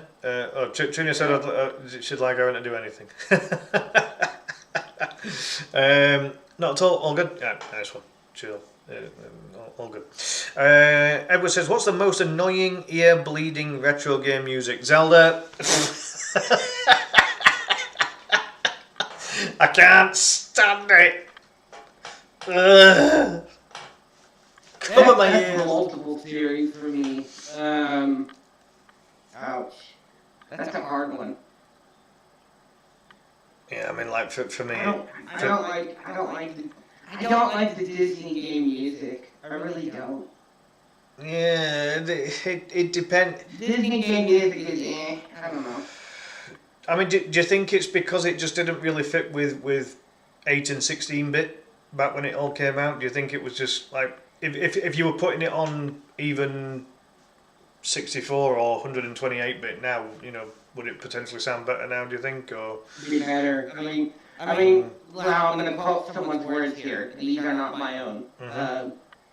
A certain Disney racer that's out there right now, he likes a certain, so what we both know, likes house music. Okay. And he really likes the way they've done the music for Disney with that. So, oh, right, okay. I would agree. I kind of, so, if we're talking outside of Disney stuff in general, I think I would agree with you. I think Zelda music is not there. Not for me. It's not too bad. No. Tendo, welcome in. How you doing, man? Appreciate the like. Hey, welcome in. Yeah. So, yeah. I mean, yeah. Freaking Zelda music can just sod off. Edward didn't like the Toe Jam and Earl music. Was it? I Was can that? understand why. That Genesis. Was Toe Jam and Earl? Was that like the cave? Was that the caveman game or something? Was it? Oh, am I getting? One's a big, tall, red dude, and one's a lanky, yellow. What do you call it? I don't. All I know there are Genesis games. Yeah. Genesis does not have the best sound card, personally. No, it didn't with a lot of the games. I mean, there's a few exceptions, like, you know, Streets of Rage has good music, Sonic's got some good music, but yeah, so some of the games on Sega were a little bit dodgy, to say the least. Edward says it's an annoying game. I feel like I should know the game. I just can't picture it. It's Genesis. Oh yeah. No. Yeah. I just can't. I'm getting it mixed up with Caveman. Now I'm gonna say this: the best Genesis. Okay. The better Genesis music to me concises in not just Streets of Rage. So we're gonna acknowledge that I said Streets of Rage has really good music. The other game besides Sonic, I'm going to acknowledge that to be the second one. Personally, for me, the few games that have really good soundtracks in it is Clive, I know you hate the series, Shinobi. The Shinobi series has good music. Plus, the one after that, I'm gonna miss this one. Rocket Knight had some pretty good music in that, actually. I did like Rocket Knight's tracks a bit. I didn't mind it. I didn't mind the soundtrack for Rocket Knight. I'd say that first level. In fact, it wasn't just the first level, was it? But that tune that I hummed earlier was. Yeah. But that was the interlude between levels. Cindy, welcome in. Thank you for the like. Hope you're well. Now, I'll say this real quick. The one thing that stuck to me the most in Rocket Knight is the one, I think it's stage 6, but that's the one where you're flying with a jetpack and you're high up in the air. God. It's very, it's in there. It's the one where you're fighting that one mecha with the little robot in the sky. But, yeah. I remember that. Ugh. God. Yeah, that level was a pig. Didn't like it. By the way, I can see what you were talking about with Night Slashers. I think you were talking about the one level with the key, was it? I think that was the one you were talking about. Oh well, I mean the thing with like the music on Night Slashers, I went through a phase of listening to it every day because it's really cool. It's a specific level. Yeah. You said you liked the first. Moonlight something. Moonlight something or other. I think that's the level. Isn't that the name for level 1 though? The one that you like. You like level 1, don't you? No. This is called Night Slashers. Yeah, for Night Slashers, yeah. The one. Yeah, that's Night Slashers. The one you like is like Moonlight something. That's a good one too. I actually like. Yeah, that's like level 3 or 4 in the game or something, isn't it? Yeah. That's the one where like in the dungeon getting the key or something. Yeah. I think so. Anyways, go ahead. Sorry. That came to mind. No. Because I've got the tune going. The tune's coming back to me. It's. Yeah.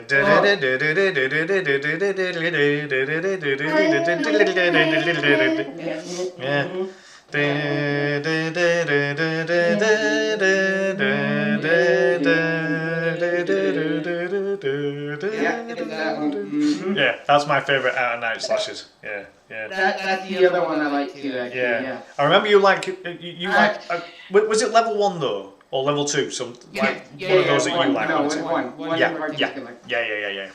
No, I remember it well now. Arcade Shinobi. I mean that game's got it's hard enough on console, this Shinobi, let alone arcade. But I mean again, we're talking music only, aren't we? Hold on. Jack says we've got to try and see Clive beat that Mario game again. Are you talking about the first level of Casio? Is that what you're on about, Jack? That is hell. Music-wise, though, for Shinobi. That's so hard because 3 has the best music to me.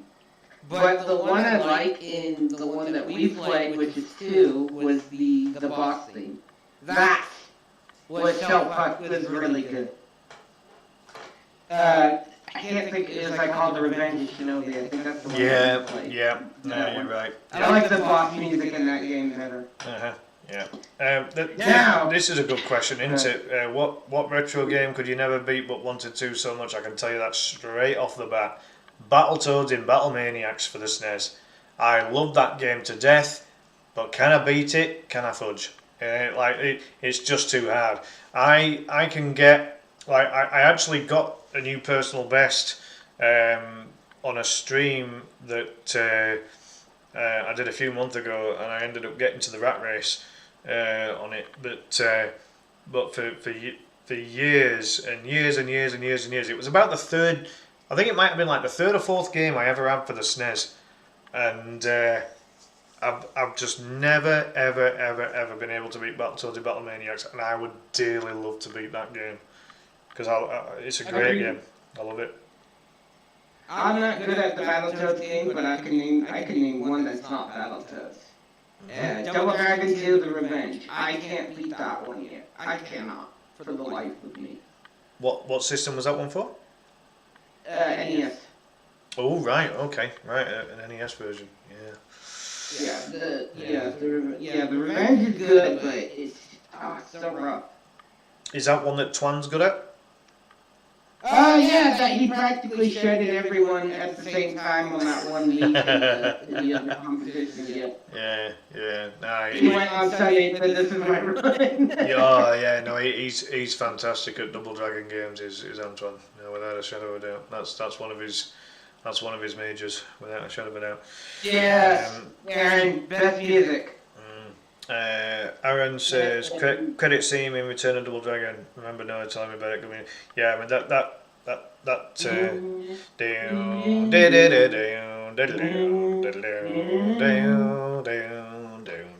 that one internally.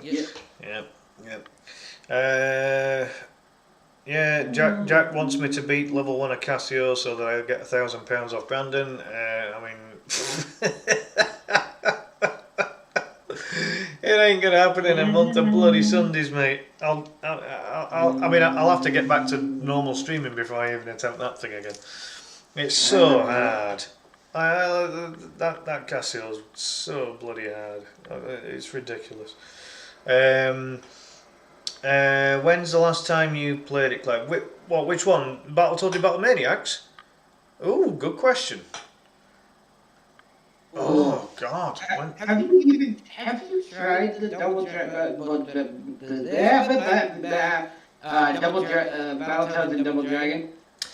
I have, and even though it's for the SNES, it is very hard. I didn't get very far with it because even though it's for the SNES, it plays very much like the NES Battletoads. It's real for me. It's really poor for a SNES entry. You know, like Battletoads for the SNES is so much better than Battletoads for the NES personally, and then obviously Double Dragon again, and the mechanics to me seem a little better on SNES to NES, but it was just such a weird experience playing that game for me because it was a SNES game with NES mechanics and NES graphics. So weird, so strange. Yeah. Are you talking about Battletoads and Battle Maniacs there, Jack? You must want the £1,000 plan. Hey, I mean, I'd never say no to £1,000, but I mean, come on, how much torture do I need to put myself through to get that? You know what I mean? Like it's. I don't know about college though. Sorry. About what? I don't know about putting yourself through torture for a Kaizo game. No. The only Kaizo Mario that I can beat is Super Cindy World. Like me and Aaron had very similar times at one point. I think my PB was 16 and his were 14. So we were both in good shape on that game back in the day. But yeah, it's I don't know that I've seen run throughs of that first level of Cassio, and oh my word, that's just insane. Anjirako, welcome in. Thank you for the follow. I've had so many follows tonight. This is interesting. Like I can't pronounce a lot of the names very well, and I hope that I'm pronouncing them right. But yeah, no, welcome in. Thank you very much for the follow. Welcome to West Yorkshire Retro Gamer. What we got here? What physical retro game do you want the most in your collection, and how much is it worth? Oh my god. What a question. That's a good question. Cindy Good Times, yeah, that's going back a bit. I mean, I didn't even think I was ever going to beat Cindy at one point. Like, Christ, it took me hours to beat it the first time I beat it. Absolutely hours. Absolutely insane. That's a good question. What physical retro game do you want the most in your collection, and how much? Oh god. I wouldn't know about the worth. I mean, I haven't had a lot of my retro consoles for a while. Unfortunately, when I got really hard up financially, I had to sell them all.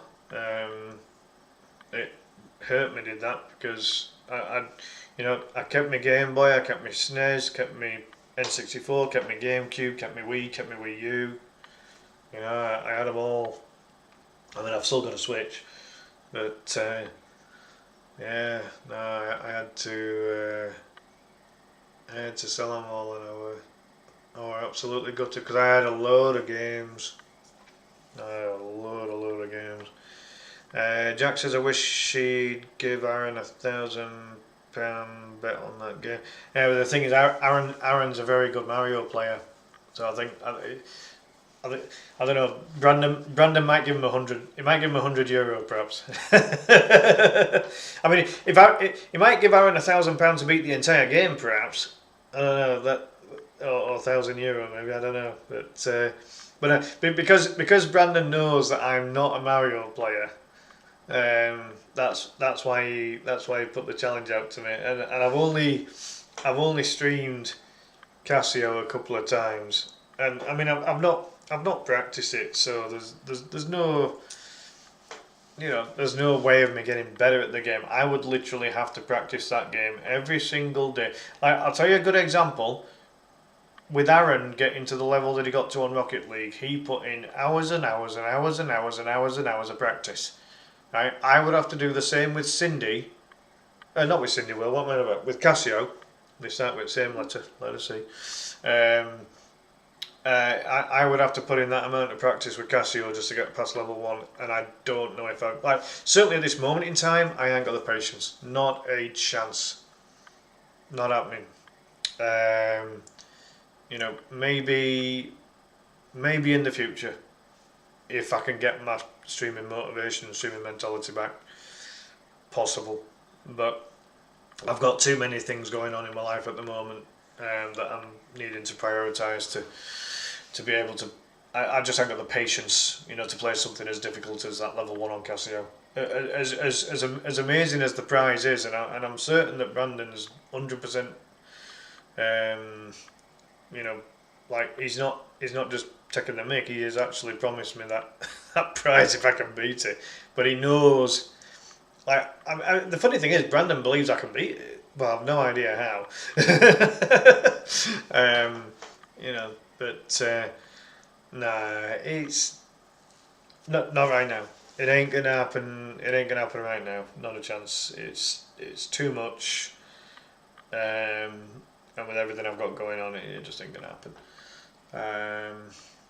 So, I mean, have you played any of the Kaizo hacks before, Noah? Have you had a go at any of them? Like from my age, my brain would be I would be molding. I would be molding if I had to play Kaiser. Yeah. No, I agree with you. I don't understand how people have got the patience to die 1,000,000 times at the same fucking area just to then have the adulation of being able to beat one tiny section of a game. Yeah. You know, I don't doubt for a minute that it might feel quite good, you know, to beat certain aspects like that, but to have to. Like I can't watch someone dying at the same area 1,000,000 times over. No matter how much I like the streamer, it'd drive me nuts. Next time you play it, Clive, we need a death count. I'll do that for you, Jack, if I can remember. I'll try and do a death count. I think you mentioned that last time, didn't you, Jack? And parsnips as well, Edward. Yes, no, don't forget the parsnips. No, very important. If you return a double dragon, I want to get my hands on. I don't know how much. I don't know 100% how much it is. But really, right here, I have an SNES, and I got a bunch of fucking cartridges for it too. Wasn't mine first, but. Yeah, no, like I think it was your mum, wasn't it, that had those originally. But I mean, I've always found it impressive, Noah, that you know, someone of your age, and bearing in mind how long you've actually been into retro games, you know, all of these games came out years before you were born. You know, and yet and it's like you've been able to find enjoyment playing these games, which I think is brilliant. You know, I really admire that with you. It's kind of modern, most of the time. Yeah, yeah, no, without a doubt. I mean, it's like, you know, as much as I quite liked the Resident Evil 4 remake, I still prefer the Wii version. The Wii version of Resi 4 to me, just I love that game. That's one of my favourite games of all time, and you know you know, as good as the remake was, I just felt that with the remake, they made Sadler way too holy and righteous and all that bollocks. Excuse my French. Yeah. You know, you're right. It was watered down for me. I think he was a much better villain in the Wii version or GameCube version, if you like. Yeah. So yeah. So for me, it was a bit, and again, you know, they changed a lot. So like Salazar, for example, was supposedly made to look old in the original, but he was only 20 years old, whereas in the remake, he did actually look old. You know, regardless of whether he was 20 or not. You know, like he could have gotten away as a 20-year-old with dwarfism back in the original, whereas in the remake they made him old, didn't they? So again, that was all a bit weird, and you know, I mean, you know, I like the development of the merchant in the remake. I think the development of the merchant was really good,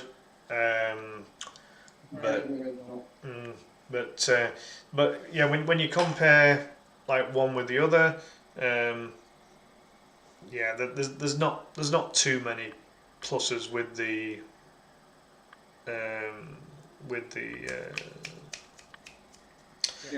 remake. Shame you can't stream weekly. I'll tell you something, Jack. I was really trying to look into how it could be done, because I want to stream it and be able to use the nunchuck and remote, because I would do a full playthrough of Resident Evil 4 on stream. I would do that. I would happily do that. It would require finding something else to do it. Well, you need the sensor bar for starters, or the best solution, right? If you ain't got a sensor bar, the best solution are tea light candles. Believe it or not, right? I don't know how this worked, but me and my mum, we found that the sensor bar had been chewed up by one of the cats over at my mum's, and so I went on YouTube and I looked for alternative Wii sensor bars, and we found this trick of putting tea light candles either side of where the sensor bar would go in front of your TV, and it works, man. I'm telling you, it actually works. I have no idea how, absolutely no idea how, but it works. I told my friend Gary about it, and he's like, "Clive, you're taking the piss, mate." I was like, "No, I'm telling you, dude." And I sent him a recording of it being done, like of me doing it. He still didn't believe me even after I sent it.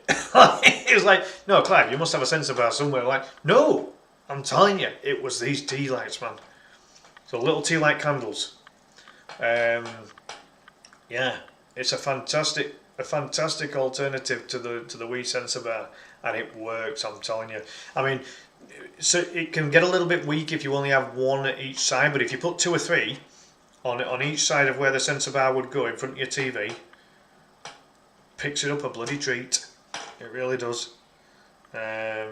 Honestly, Jack, it's crazy, man. I don't know how it works.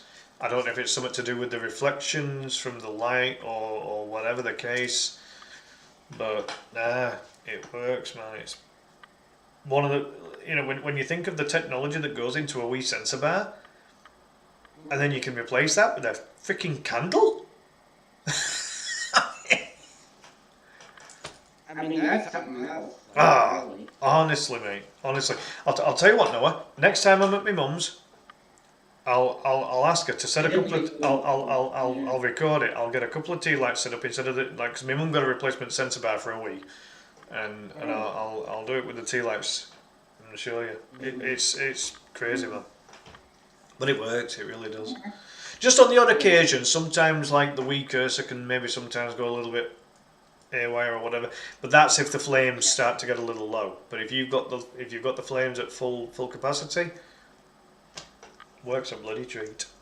And my mum got like a bag of like 100 tea lights at the time, and it was because you can get them dirt cheap.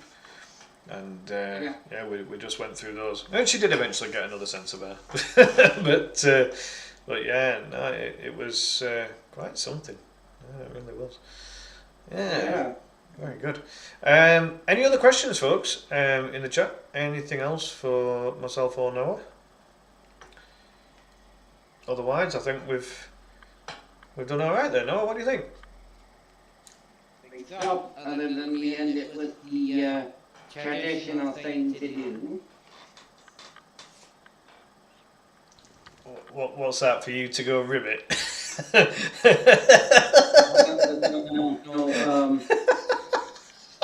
the ABC thing you did with the other one. Oh shit! Yes. Hey, that's good thinking, Noah. Yeah. How about we finish up with that? Yeah. Hey, well remembered. Yeah, that's that. Yeah. What? If you got any other questions, if not, then we'll do that. Yeah. No, hey, well remembered. Yeah. Like when me and Trina when me and Trina got asked to do it, that was the first time it had ever been asked, and yeah, I think I agree 100%. No, I think we should make that a staple of the interviews going forward. I think. Yeah. Fantastic.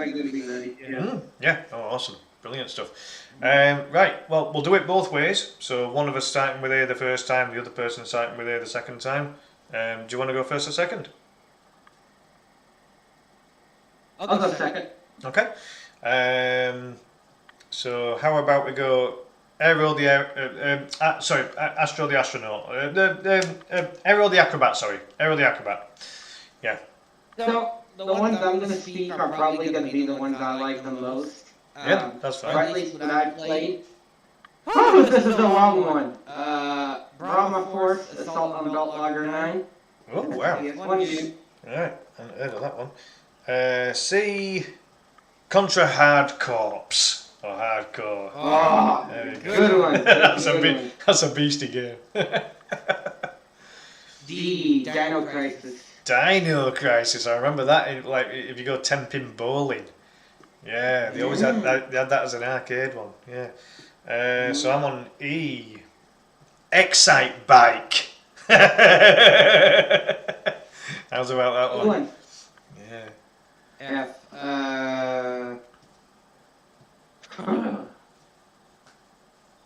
Final Fantasy.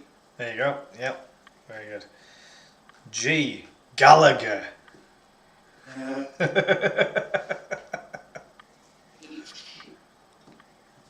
Too many games I know with H in it. So. Not too many. I've thought of one, but. Hold on a second. Yeah.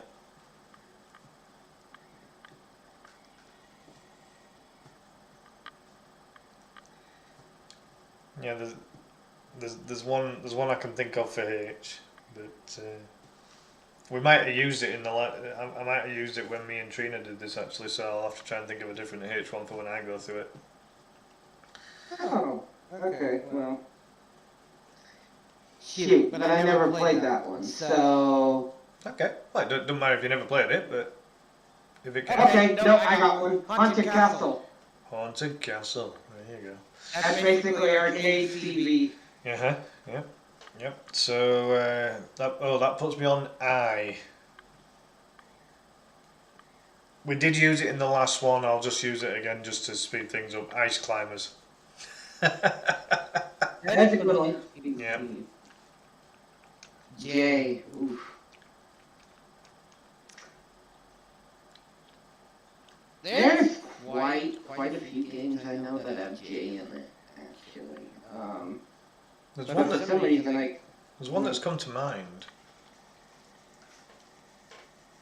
Doesn't necessarily have to be retro. Can be any era. Oh yeah, I'll let you have that one. 'Cause I think I know which one it is. There's one I used to play, and it was for moderate system, I guess you could say it, right? Yeah. Was called Jetpack Joyride. Oh, right, okay. Yeah. I've thought of a couple for Jay actually, so I'll be all right. So I'm on K then, aren't I? Killer Instinct. Beautiful. Love it. Yeah, absolutely. Yeah. No. One of my all-time favourites. Legend of Mana.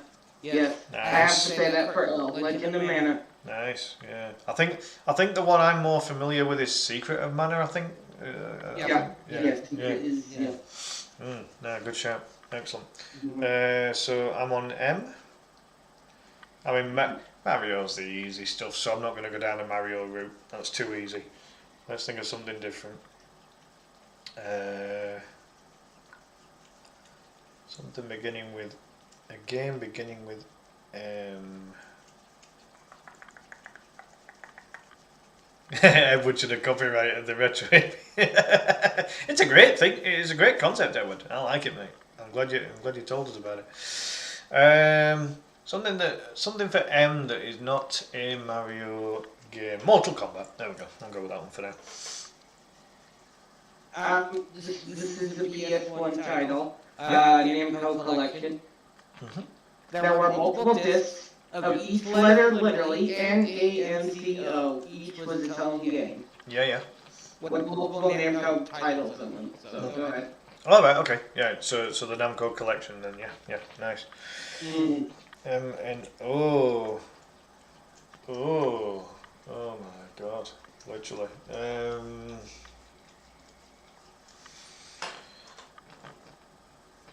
God, I don't think there's been that many games beginning with O.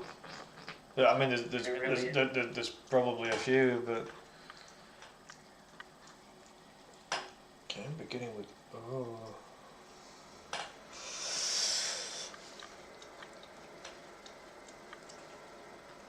This is where things get a little bit ugly.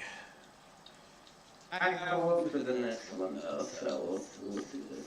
Alright, yeah. Okay, it's beginning with O. Wow. I can't believe I didn't think of that, but yeah. I'm very curious to get for the end. I mean, I've got one, but it's a bit of a cop-out. And I really don't want to say it. I can't believe I'm having to reduce myself to this. Forgive me if I grab a sick bucket. Ocarina of Time. I mean, you could have also asked me, and I could give you one. P, right? Yeah, you're on P now. Yeah. Obviously, I'm going to say this one. Perfect Dark. Perfect Dark, yep. Great shout. Yep. Great shout, Perfect Dark. Yep, very good.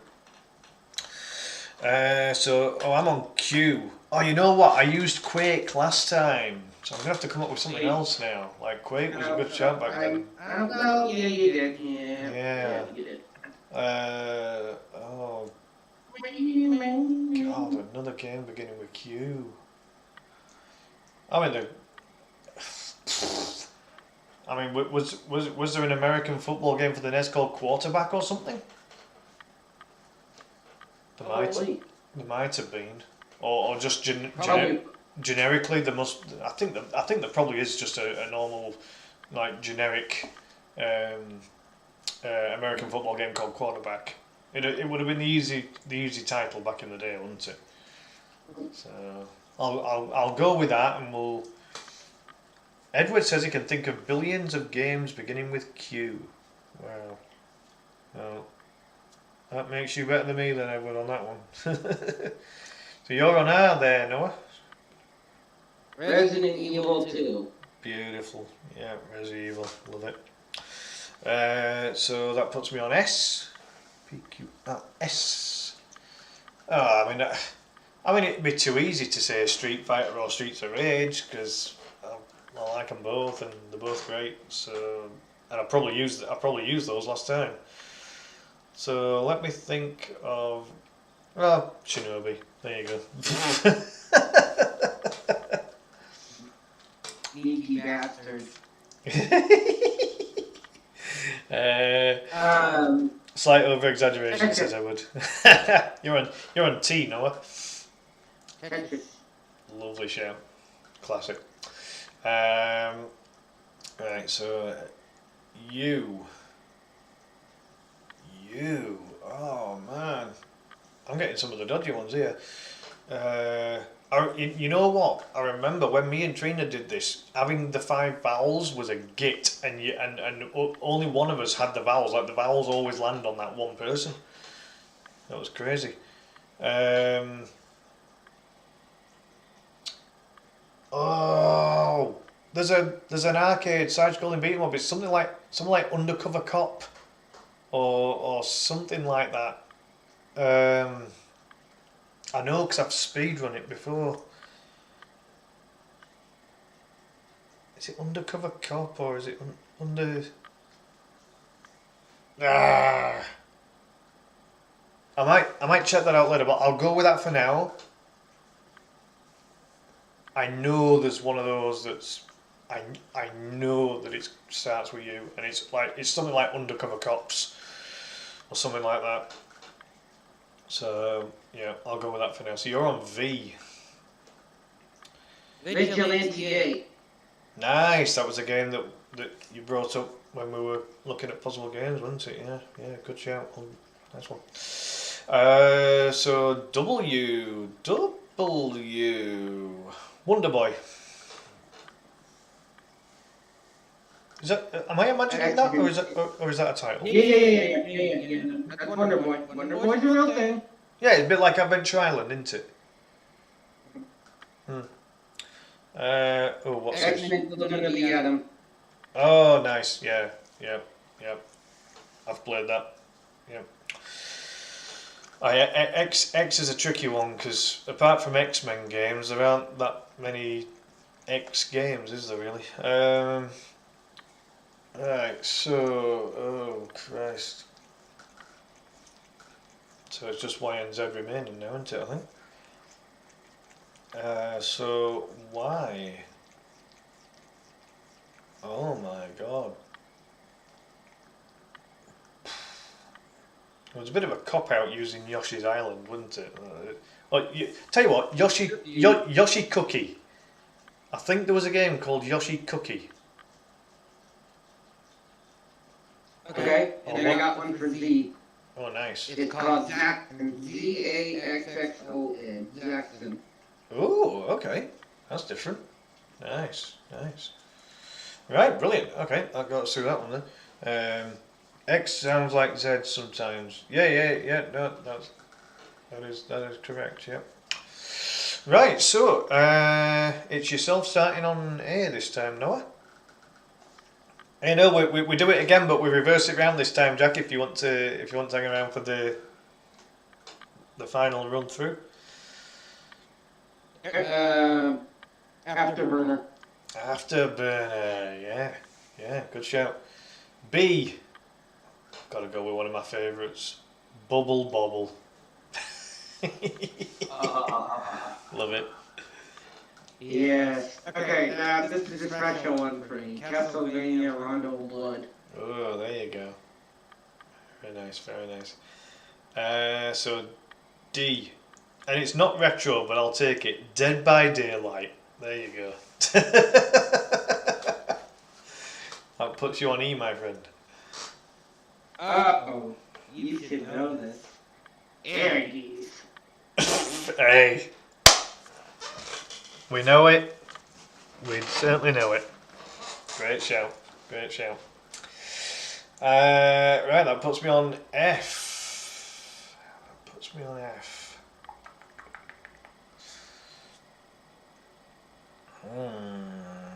Final Fight 3. There you go. A good show. I like it. As I've said to you and all these guys before, our personal favorite, Gears of War. Beautiful. Yeah. So that puts me on H. Now we used.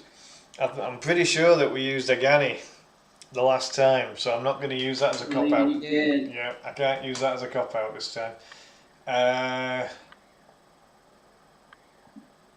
Was there a game called Hex? Yes, H-E-X? there was. Or Hexen. Or Hexen, Is that right, what yeah. you're thinking of? Yeah. I'll go with that. Yeah. I have is Ion Fury. Ooh. It's like the Nukem shooter. Alright, nice. Great show. So that puts me on J, does it?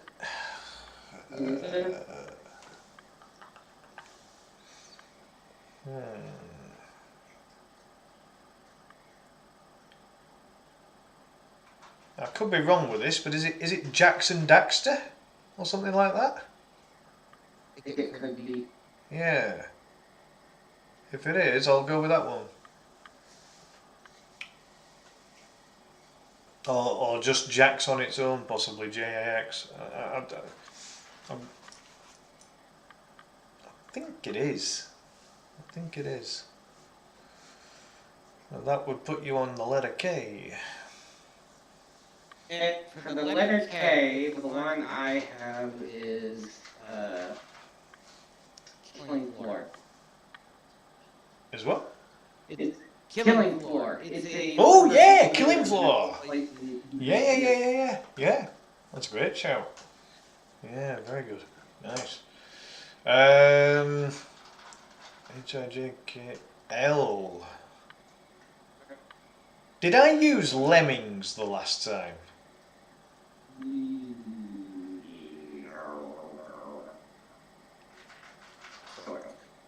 I think I might have done, so I can't use that as I can't cop out with Lemmings. I think I might have used that last time because it was a bit of a clever shout.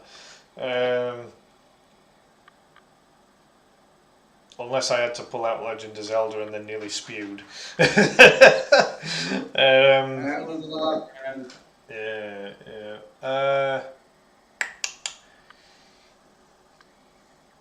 You see, you can't even say Lost Levels because it's the Lost Levels, so you can't even use the Mario game. It's a bit of a cop out that. So L. How about?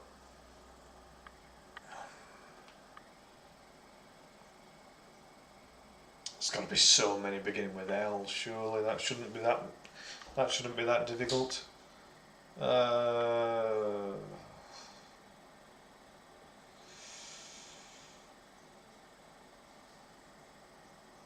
Is there a game called League of Legends? Yes, there is. I'll go with it. I don't know where that one's just come to mind, but yeah, League of Legends. Is that like a mobile game? Maybe it's a mobile game. We'll take it. It's not retro, but we'll take it. PC as well. Is it? Right. Yeah. Cool. This one for M is Mighty Morphin Power Rangers. Great shout. Yeah. Excuse me, Metal Slug. I'm gonna use Metal Slug. Oh, Metal Slug as well. Yeah. No, they're good. They're both good. I like those. Yeah. Yeah, they're both good shouts. Both good shouts. Yeah. Excellent. So N.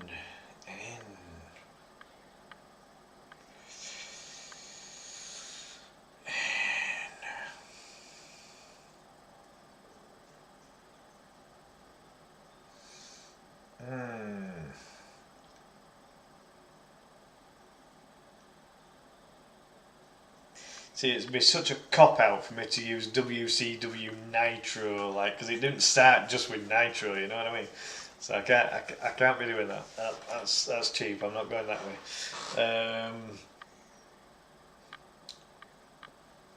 Because again, like one of the original Nintendo games was they probably brought something obscure out, like a netball game or something. And I'm not going with that. I'm not going with that.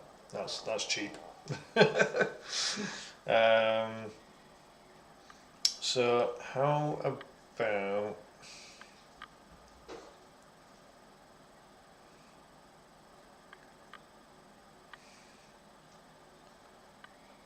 God, I cannot believe that N is this difficult.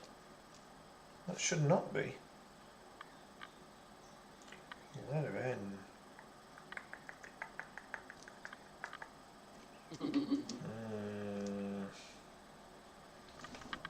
See, this is where my lack of experience in modern gaming kind of goes against me a little bit here. Because you know, like if I didn't know if I didn't know a retro one, I could have come out with a modern one. Did you use a certain beat 'em up last time? Oh,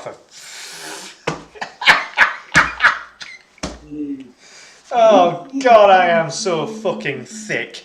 I tell you, my brain absolutely shuts down after midnight, and this is a prime example. You've got bloody night slashers and you've got bloody ninja warriors. What the fuck? You got me there, Noah. If there was ever egg on the face, this is the moment. Oh my God. Oh, for Oddworld Abe's Odyssey. Wow, that's a mega shout, is that? Okay, now. Now that's it, Jack. Like after midnight, my brain just does not compute. It really don't. It's awful. Right, so that one you just mentioned, Noah. That one begins with O, does it? Yes. Oddworld. Oh, Outworld. Sorry. Right. Yeah. No, you're exactly right. Yeah. Sorry. Outworld. Yeah. I don't know why. I got the impression it like you mentioned a word that started with the letter U, and I don't know why. No, my bad. Right. So I'm on V then. I'm assuming I used Vectorman last time. Yes, you did. Yeah. I'll never forget that because I beat Punchy Gaming on it. Yeah, everyone's favourite gun flapper. I was able to shut him up for a week on that one. No, you did last time. Say again. You used Hubert for Q. Yeah, but I'm not on Q, am I? I'm on V. No, but for your thing, you said, well, I used Wyrg, didn't I? I'm like, Oh, sorry for Q, right. Right. Yeah, no, you might have a point. Yeah, maybe. Yeah. Either me or Trina, between the two of us, I think we probably did. I mean, we might have used them both, I think. Yeah, no, it's a good shout. All remembered. Right. I've forgotten who what's on. So I'm on V because I think I used Vectorman, didn't I, last time? So a different game for V. Oh my God! And you did a great shout with Vigilante. wait, we didn't do Q. Did we not? No, I did Oddworld. You're on P. Oh, sorry. Oh, I'm getting completely legged up here. Right, so I'm on P then. Oh wow.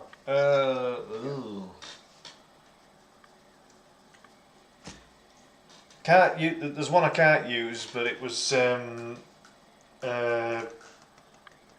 what do you call it? It's a Mario game, but it was Mario Picross, which was a really weird thing. So what's that? I see why. Okay. Well, yeah, because the full title had the word Mario in it, so I could save you if you want. No. I'm fairly sure I can come up with one for letter P.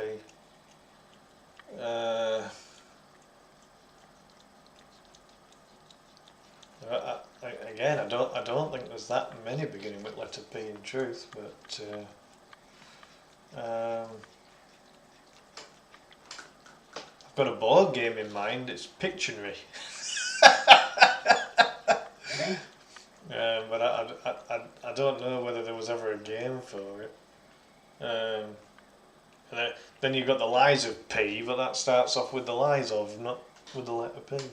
So that doesn't count either. So how about Punch Out? There we go. That'll do. Okay. Oh. Play 2. Love it. That's a way of getting around the queue. That's great. Yep. So I wanted to pick my favorite fight, by the way. yeah. As I said on the stream I did with Trina, it was. I ended up getting a Quake T-shirt that came with the Nintendo magazine. Yeah, love that T-shirt. I have no idea where it's gone. And there's a picture of me and my friend Lauren, and I was wearing that picture. I was wearing that T-shirt for that picture. I'll never forget it. Yeah. Right. What am I on then?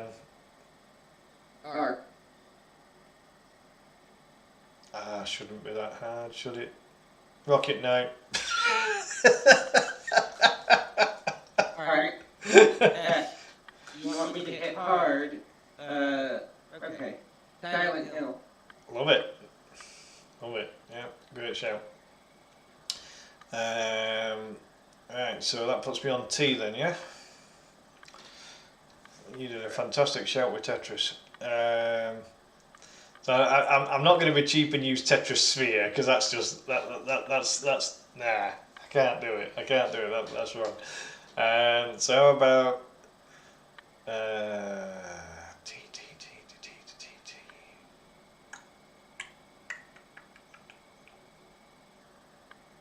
Oh, if only TNA had brought out a wrestling game, I could have gone TNA wrestling. But I don't think they ever did, which is a shame actually. So how about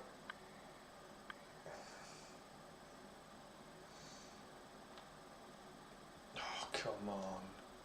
I've streamed so many games. I played so many as a kid. I'll throw one. Well, you used it last week, so I can't say that. No, it's fine. No, one will come to mind. It will. I'm sure of it. How about? It's a slight cop out, but I'll use it. The Real Ghostbusters, because the actual full title. The actual full title. That is, yeah, it's the actual title for the game. So yeah, The Real Ghostbusters. There we go. You will be uncharted. Nice. You know, I think. Tomb Raider game. Oh, Tomb Raider for T, yeah. I don't know why, but I had Far Cry in my head for if I ended up having F. And in the end, I went with Final Fight 3, didn't I? But yeah, Far Cry was what I had in mind for F. Right, what we on? V. Alright, I use. You use Vector Man. Yeah. V. Wow. This gets a little tricky now. I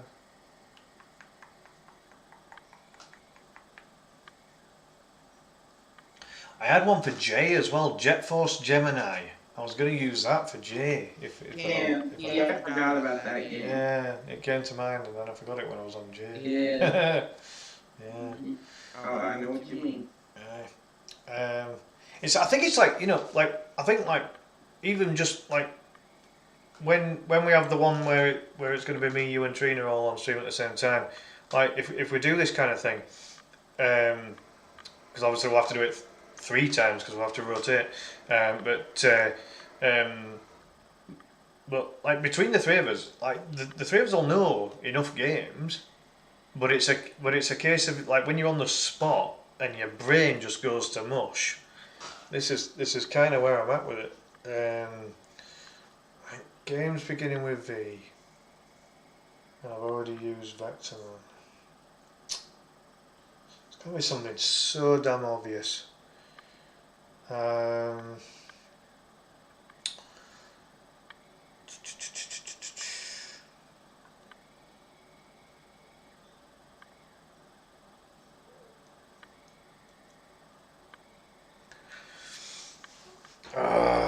I'm thinking there must be a game that starts with the word velocity, or something like that. I know that I know there was F-Zero Maximum Velocity for the Game Boy Advance, but that obviously don't count.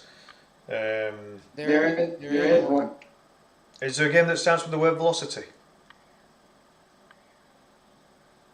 Yes. Because again, like, you know, there's a game like Vice City as well, but that's a GTA game, isn't it? So you can't really use Vice City. It's technically a modern game, but there is a game called Velocity 2X. Oh, nice. Right, I'll go with that then. Wolfenstein. Brilliant shout. Yeah, love it. You mentioned it earlier. Excellent. Yeah, that's a great shout. Right, so does that put me on X? If you really want help, I will put my foot down. I'll just have a quick think because again there were numerous there were numerous X-Men games, but it would be like I remember that Trina actually mentioned about X-Files and someone confirmed there was actually that there was actually an X-Files game. Yeah. I did confirm it. Yes, there was an X-Files game. Yes, that's true. Do do do do do do. Yeah, I remember it well. Gillian Anderson and David Duchovny. It's going back a long time that now. Mid 90s, I think. Right, so game beginning with X. Any game beginning with X. It's a shame that Extreme G started with an E instead of an X. Because I could have used that one. They're in, like, I don't think there's that many. There can't be that many games. I know a few of them.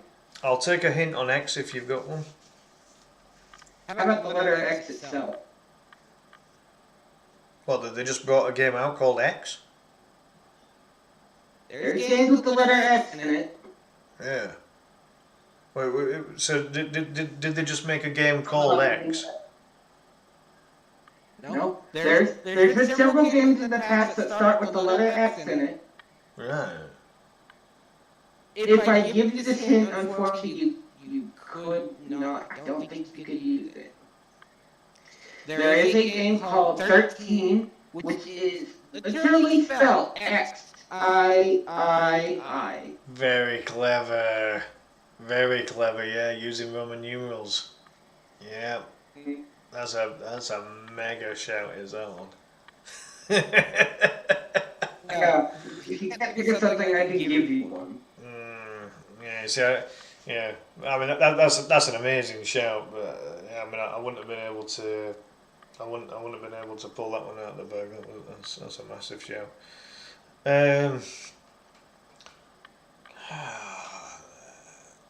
I'm thinking that some of the really old stuff might have been, you know, Try.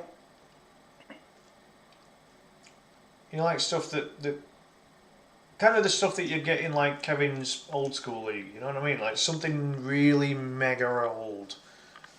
There'll be something that starts with the letter X, and it's like what I think Edward mentioned it, that the X can sound like a Z as well. Yeah. Yeah, he said there was a clue for that. So like the word Zion, for example, starts with the letter X. So maybe there's a game called Zion something or other, or maybe there was a game called Exterminators that starts with the letter X or something.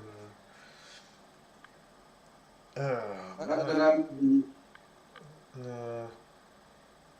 Games beginning with letter X. This is tricky. You know what? On the next interview, when I'm going to do my research, I'm going to read about a load of bloody games. Then I'll be of some use. Wow, this is difficult, isn't it? This is difficult. Letter X.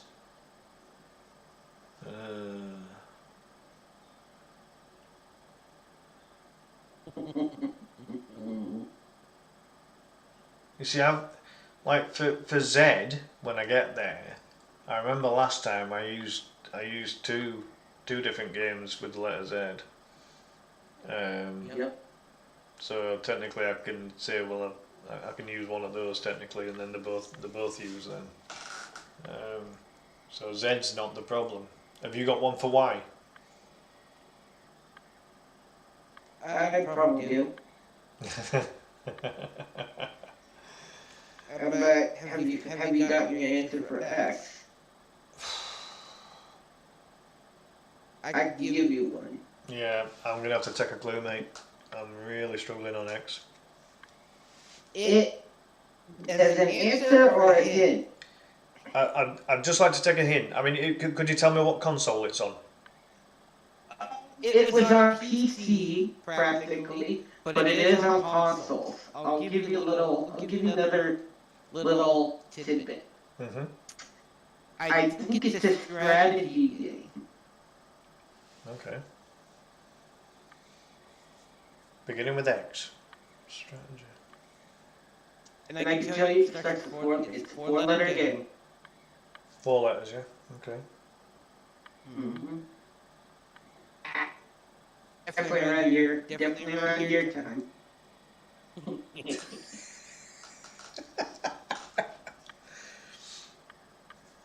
You may not remember it, or you may not have heard of it. It could be either or. Really feel like I should know this. The next team was an easy one. I mean, that was an amazing shout for the letter X. I mean, yeah, that's a cracker. X sounds like the same. So there must be a. There ain't going to be some kind of musical one, something like Xylophone Simulator or something like that, is there? I don't think there is. Oh, good. I'm probably clutching at straws here. Nah, I can't go down that route. Freaking Xylophone Simulator, Jesus. I'm losing it with X now. It's four letters. I can't be that many bloody words with beginning with letter X. At least the one I'm thinking of is 4 letters. Right. Can you tell me the final letter? Or does that give it away too much? It's M. M for Mike. Right. So X something something M. You may have heard of it before, probably once or twice in your life. Maybe never. It's not something daft like Zoom, is it? Like XOOM or anything, is it?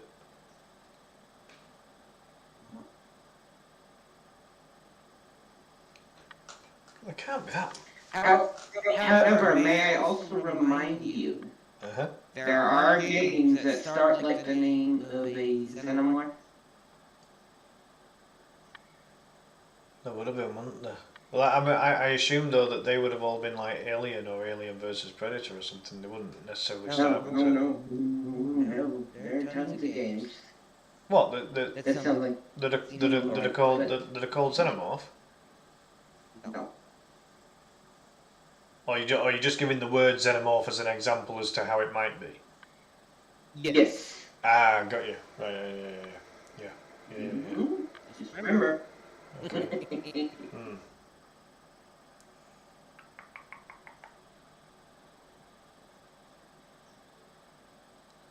Xenoblade Chronicles. There you go. That's one. Yep. I'll take that. By the way, the name I was trying to give you is XCOM. XCOM. Oh, okay. Right. Yeah. For Y, I have Yakuza. Nice. Game? Nice. Yeah. Right. Yeah. Finally, Jack. Yeah. I don't know how the penny dropped with Xenoblade Chronicles, mate, but I got the old cranium. Get a bit of a head massage there. Get the brain working again. I probably need another cup of tea. That's probably what I need. Yeah. Because again, like. There's a handful of games that could have been could have been used for some of the other letters that are coming to mind now that weren't coming to mind when I had the letter.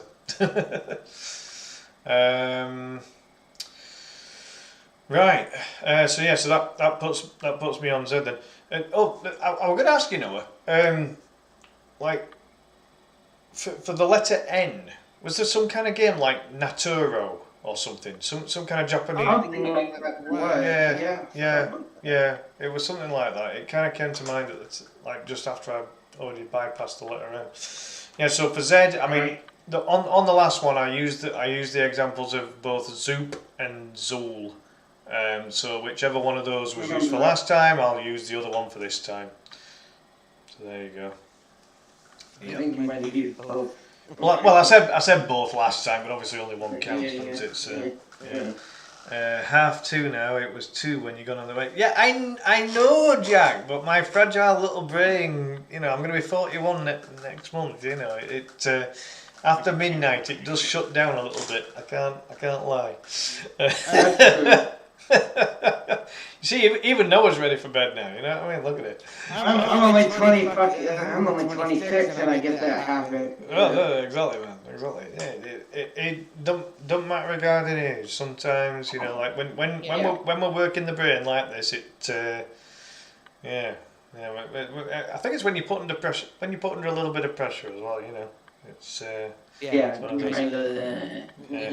Hey, Jack, appreciate you being in the stream. I hope you enjoyed that one, and I'll see you in the next one, Jack. You take care, mate. All the best. Yeah, but Noah, it's been a pleasure, mate. Thank you so much for coming on, and you know, I really need to get my backside in gear and start doing some more streams now, don't I? Really. Okay. But maybe these will help a little bit. yeah, no, without a doubt. As I say, I really appreciate you and Trina coming on for the last 2 interviews there. Because again, I hadn't done the interviews in ages, and you know, thankfully yourself and Trina, you know, kindly volunteered to come on and do it. So I really do appreciate it. And, yep, folks. You know, Rogue Medic Dragoon over on YouTube and on Twitch. Do please go and give Noah some support on those platforms if you be so kind. Keep an eye out as well for Noah's wrestling show. It's a great watch. I gotta do that this week. Yeah. When do you think you might be live with that one, Noah? Today was kind of gonna be it, but then we did this today, so this was not in the way. This was planned beforehand. Yeah. The weather is unpredictable over here in Washington, so... That's it, yeah, you don't want to overheat your computer or anything like that, so... I was going to do it today, but I'm thinking either tomorrow, or what's it called? Yeah, tomorrow or Friday. Yeah, brilliant stuff. Tomorrow. Nice one. Will that be on YouTube as well as Twitch? I haven't been on YouTube yet, because I think the thing I use for it is one of the server connection things. Sometimes YouTube doesn't work. Okay. Well, if you've got any issues with it, give us a shout, and if there's anything I can do to help, yeah, just let me know. I'll do what I can. Sounds good. Awesome. Nice one, mate. Right. Yep. As I say, Noah, massive thank you for popping on. Really enjoyed that. Thank you, everyone else. Hey, yeah, all good. Big thank you to everyone that's coming the stream tonight. All the likes, the shares, the follows, all the comments, all the questions. Really appreciate it. Really appreciate your company.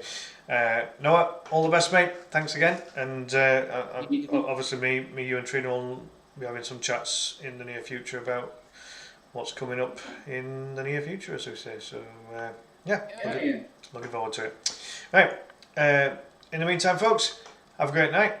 See you in the next one. Noah, have a good night, mate. All the best. Sounds good. Top man. Take care, folks. See you in the next stream. Bye for now.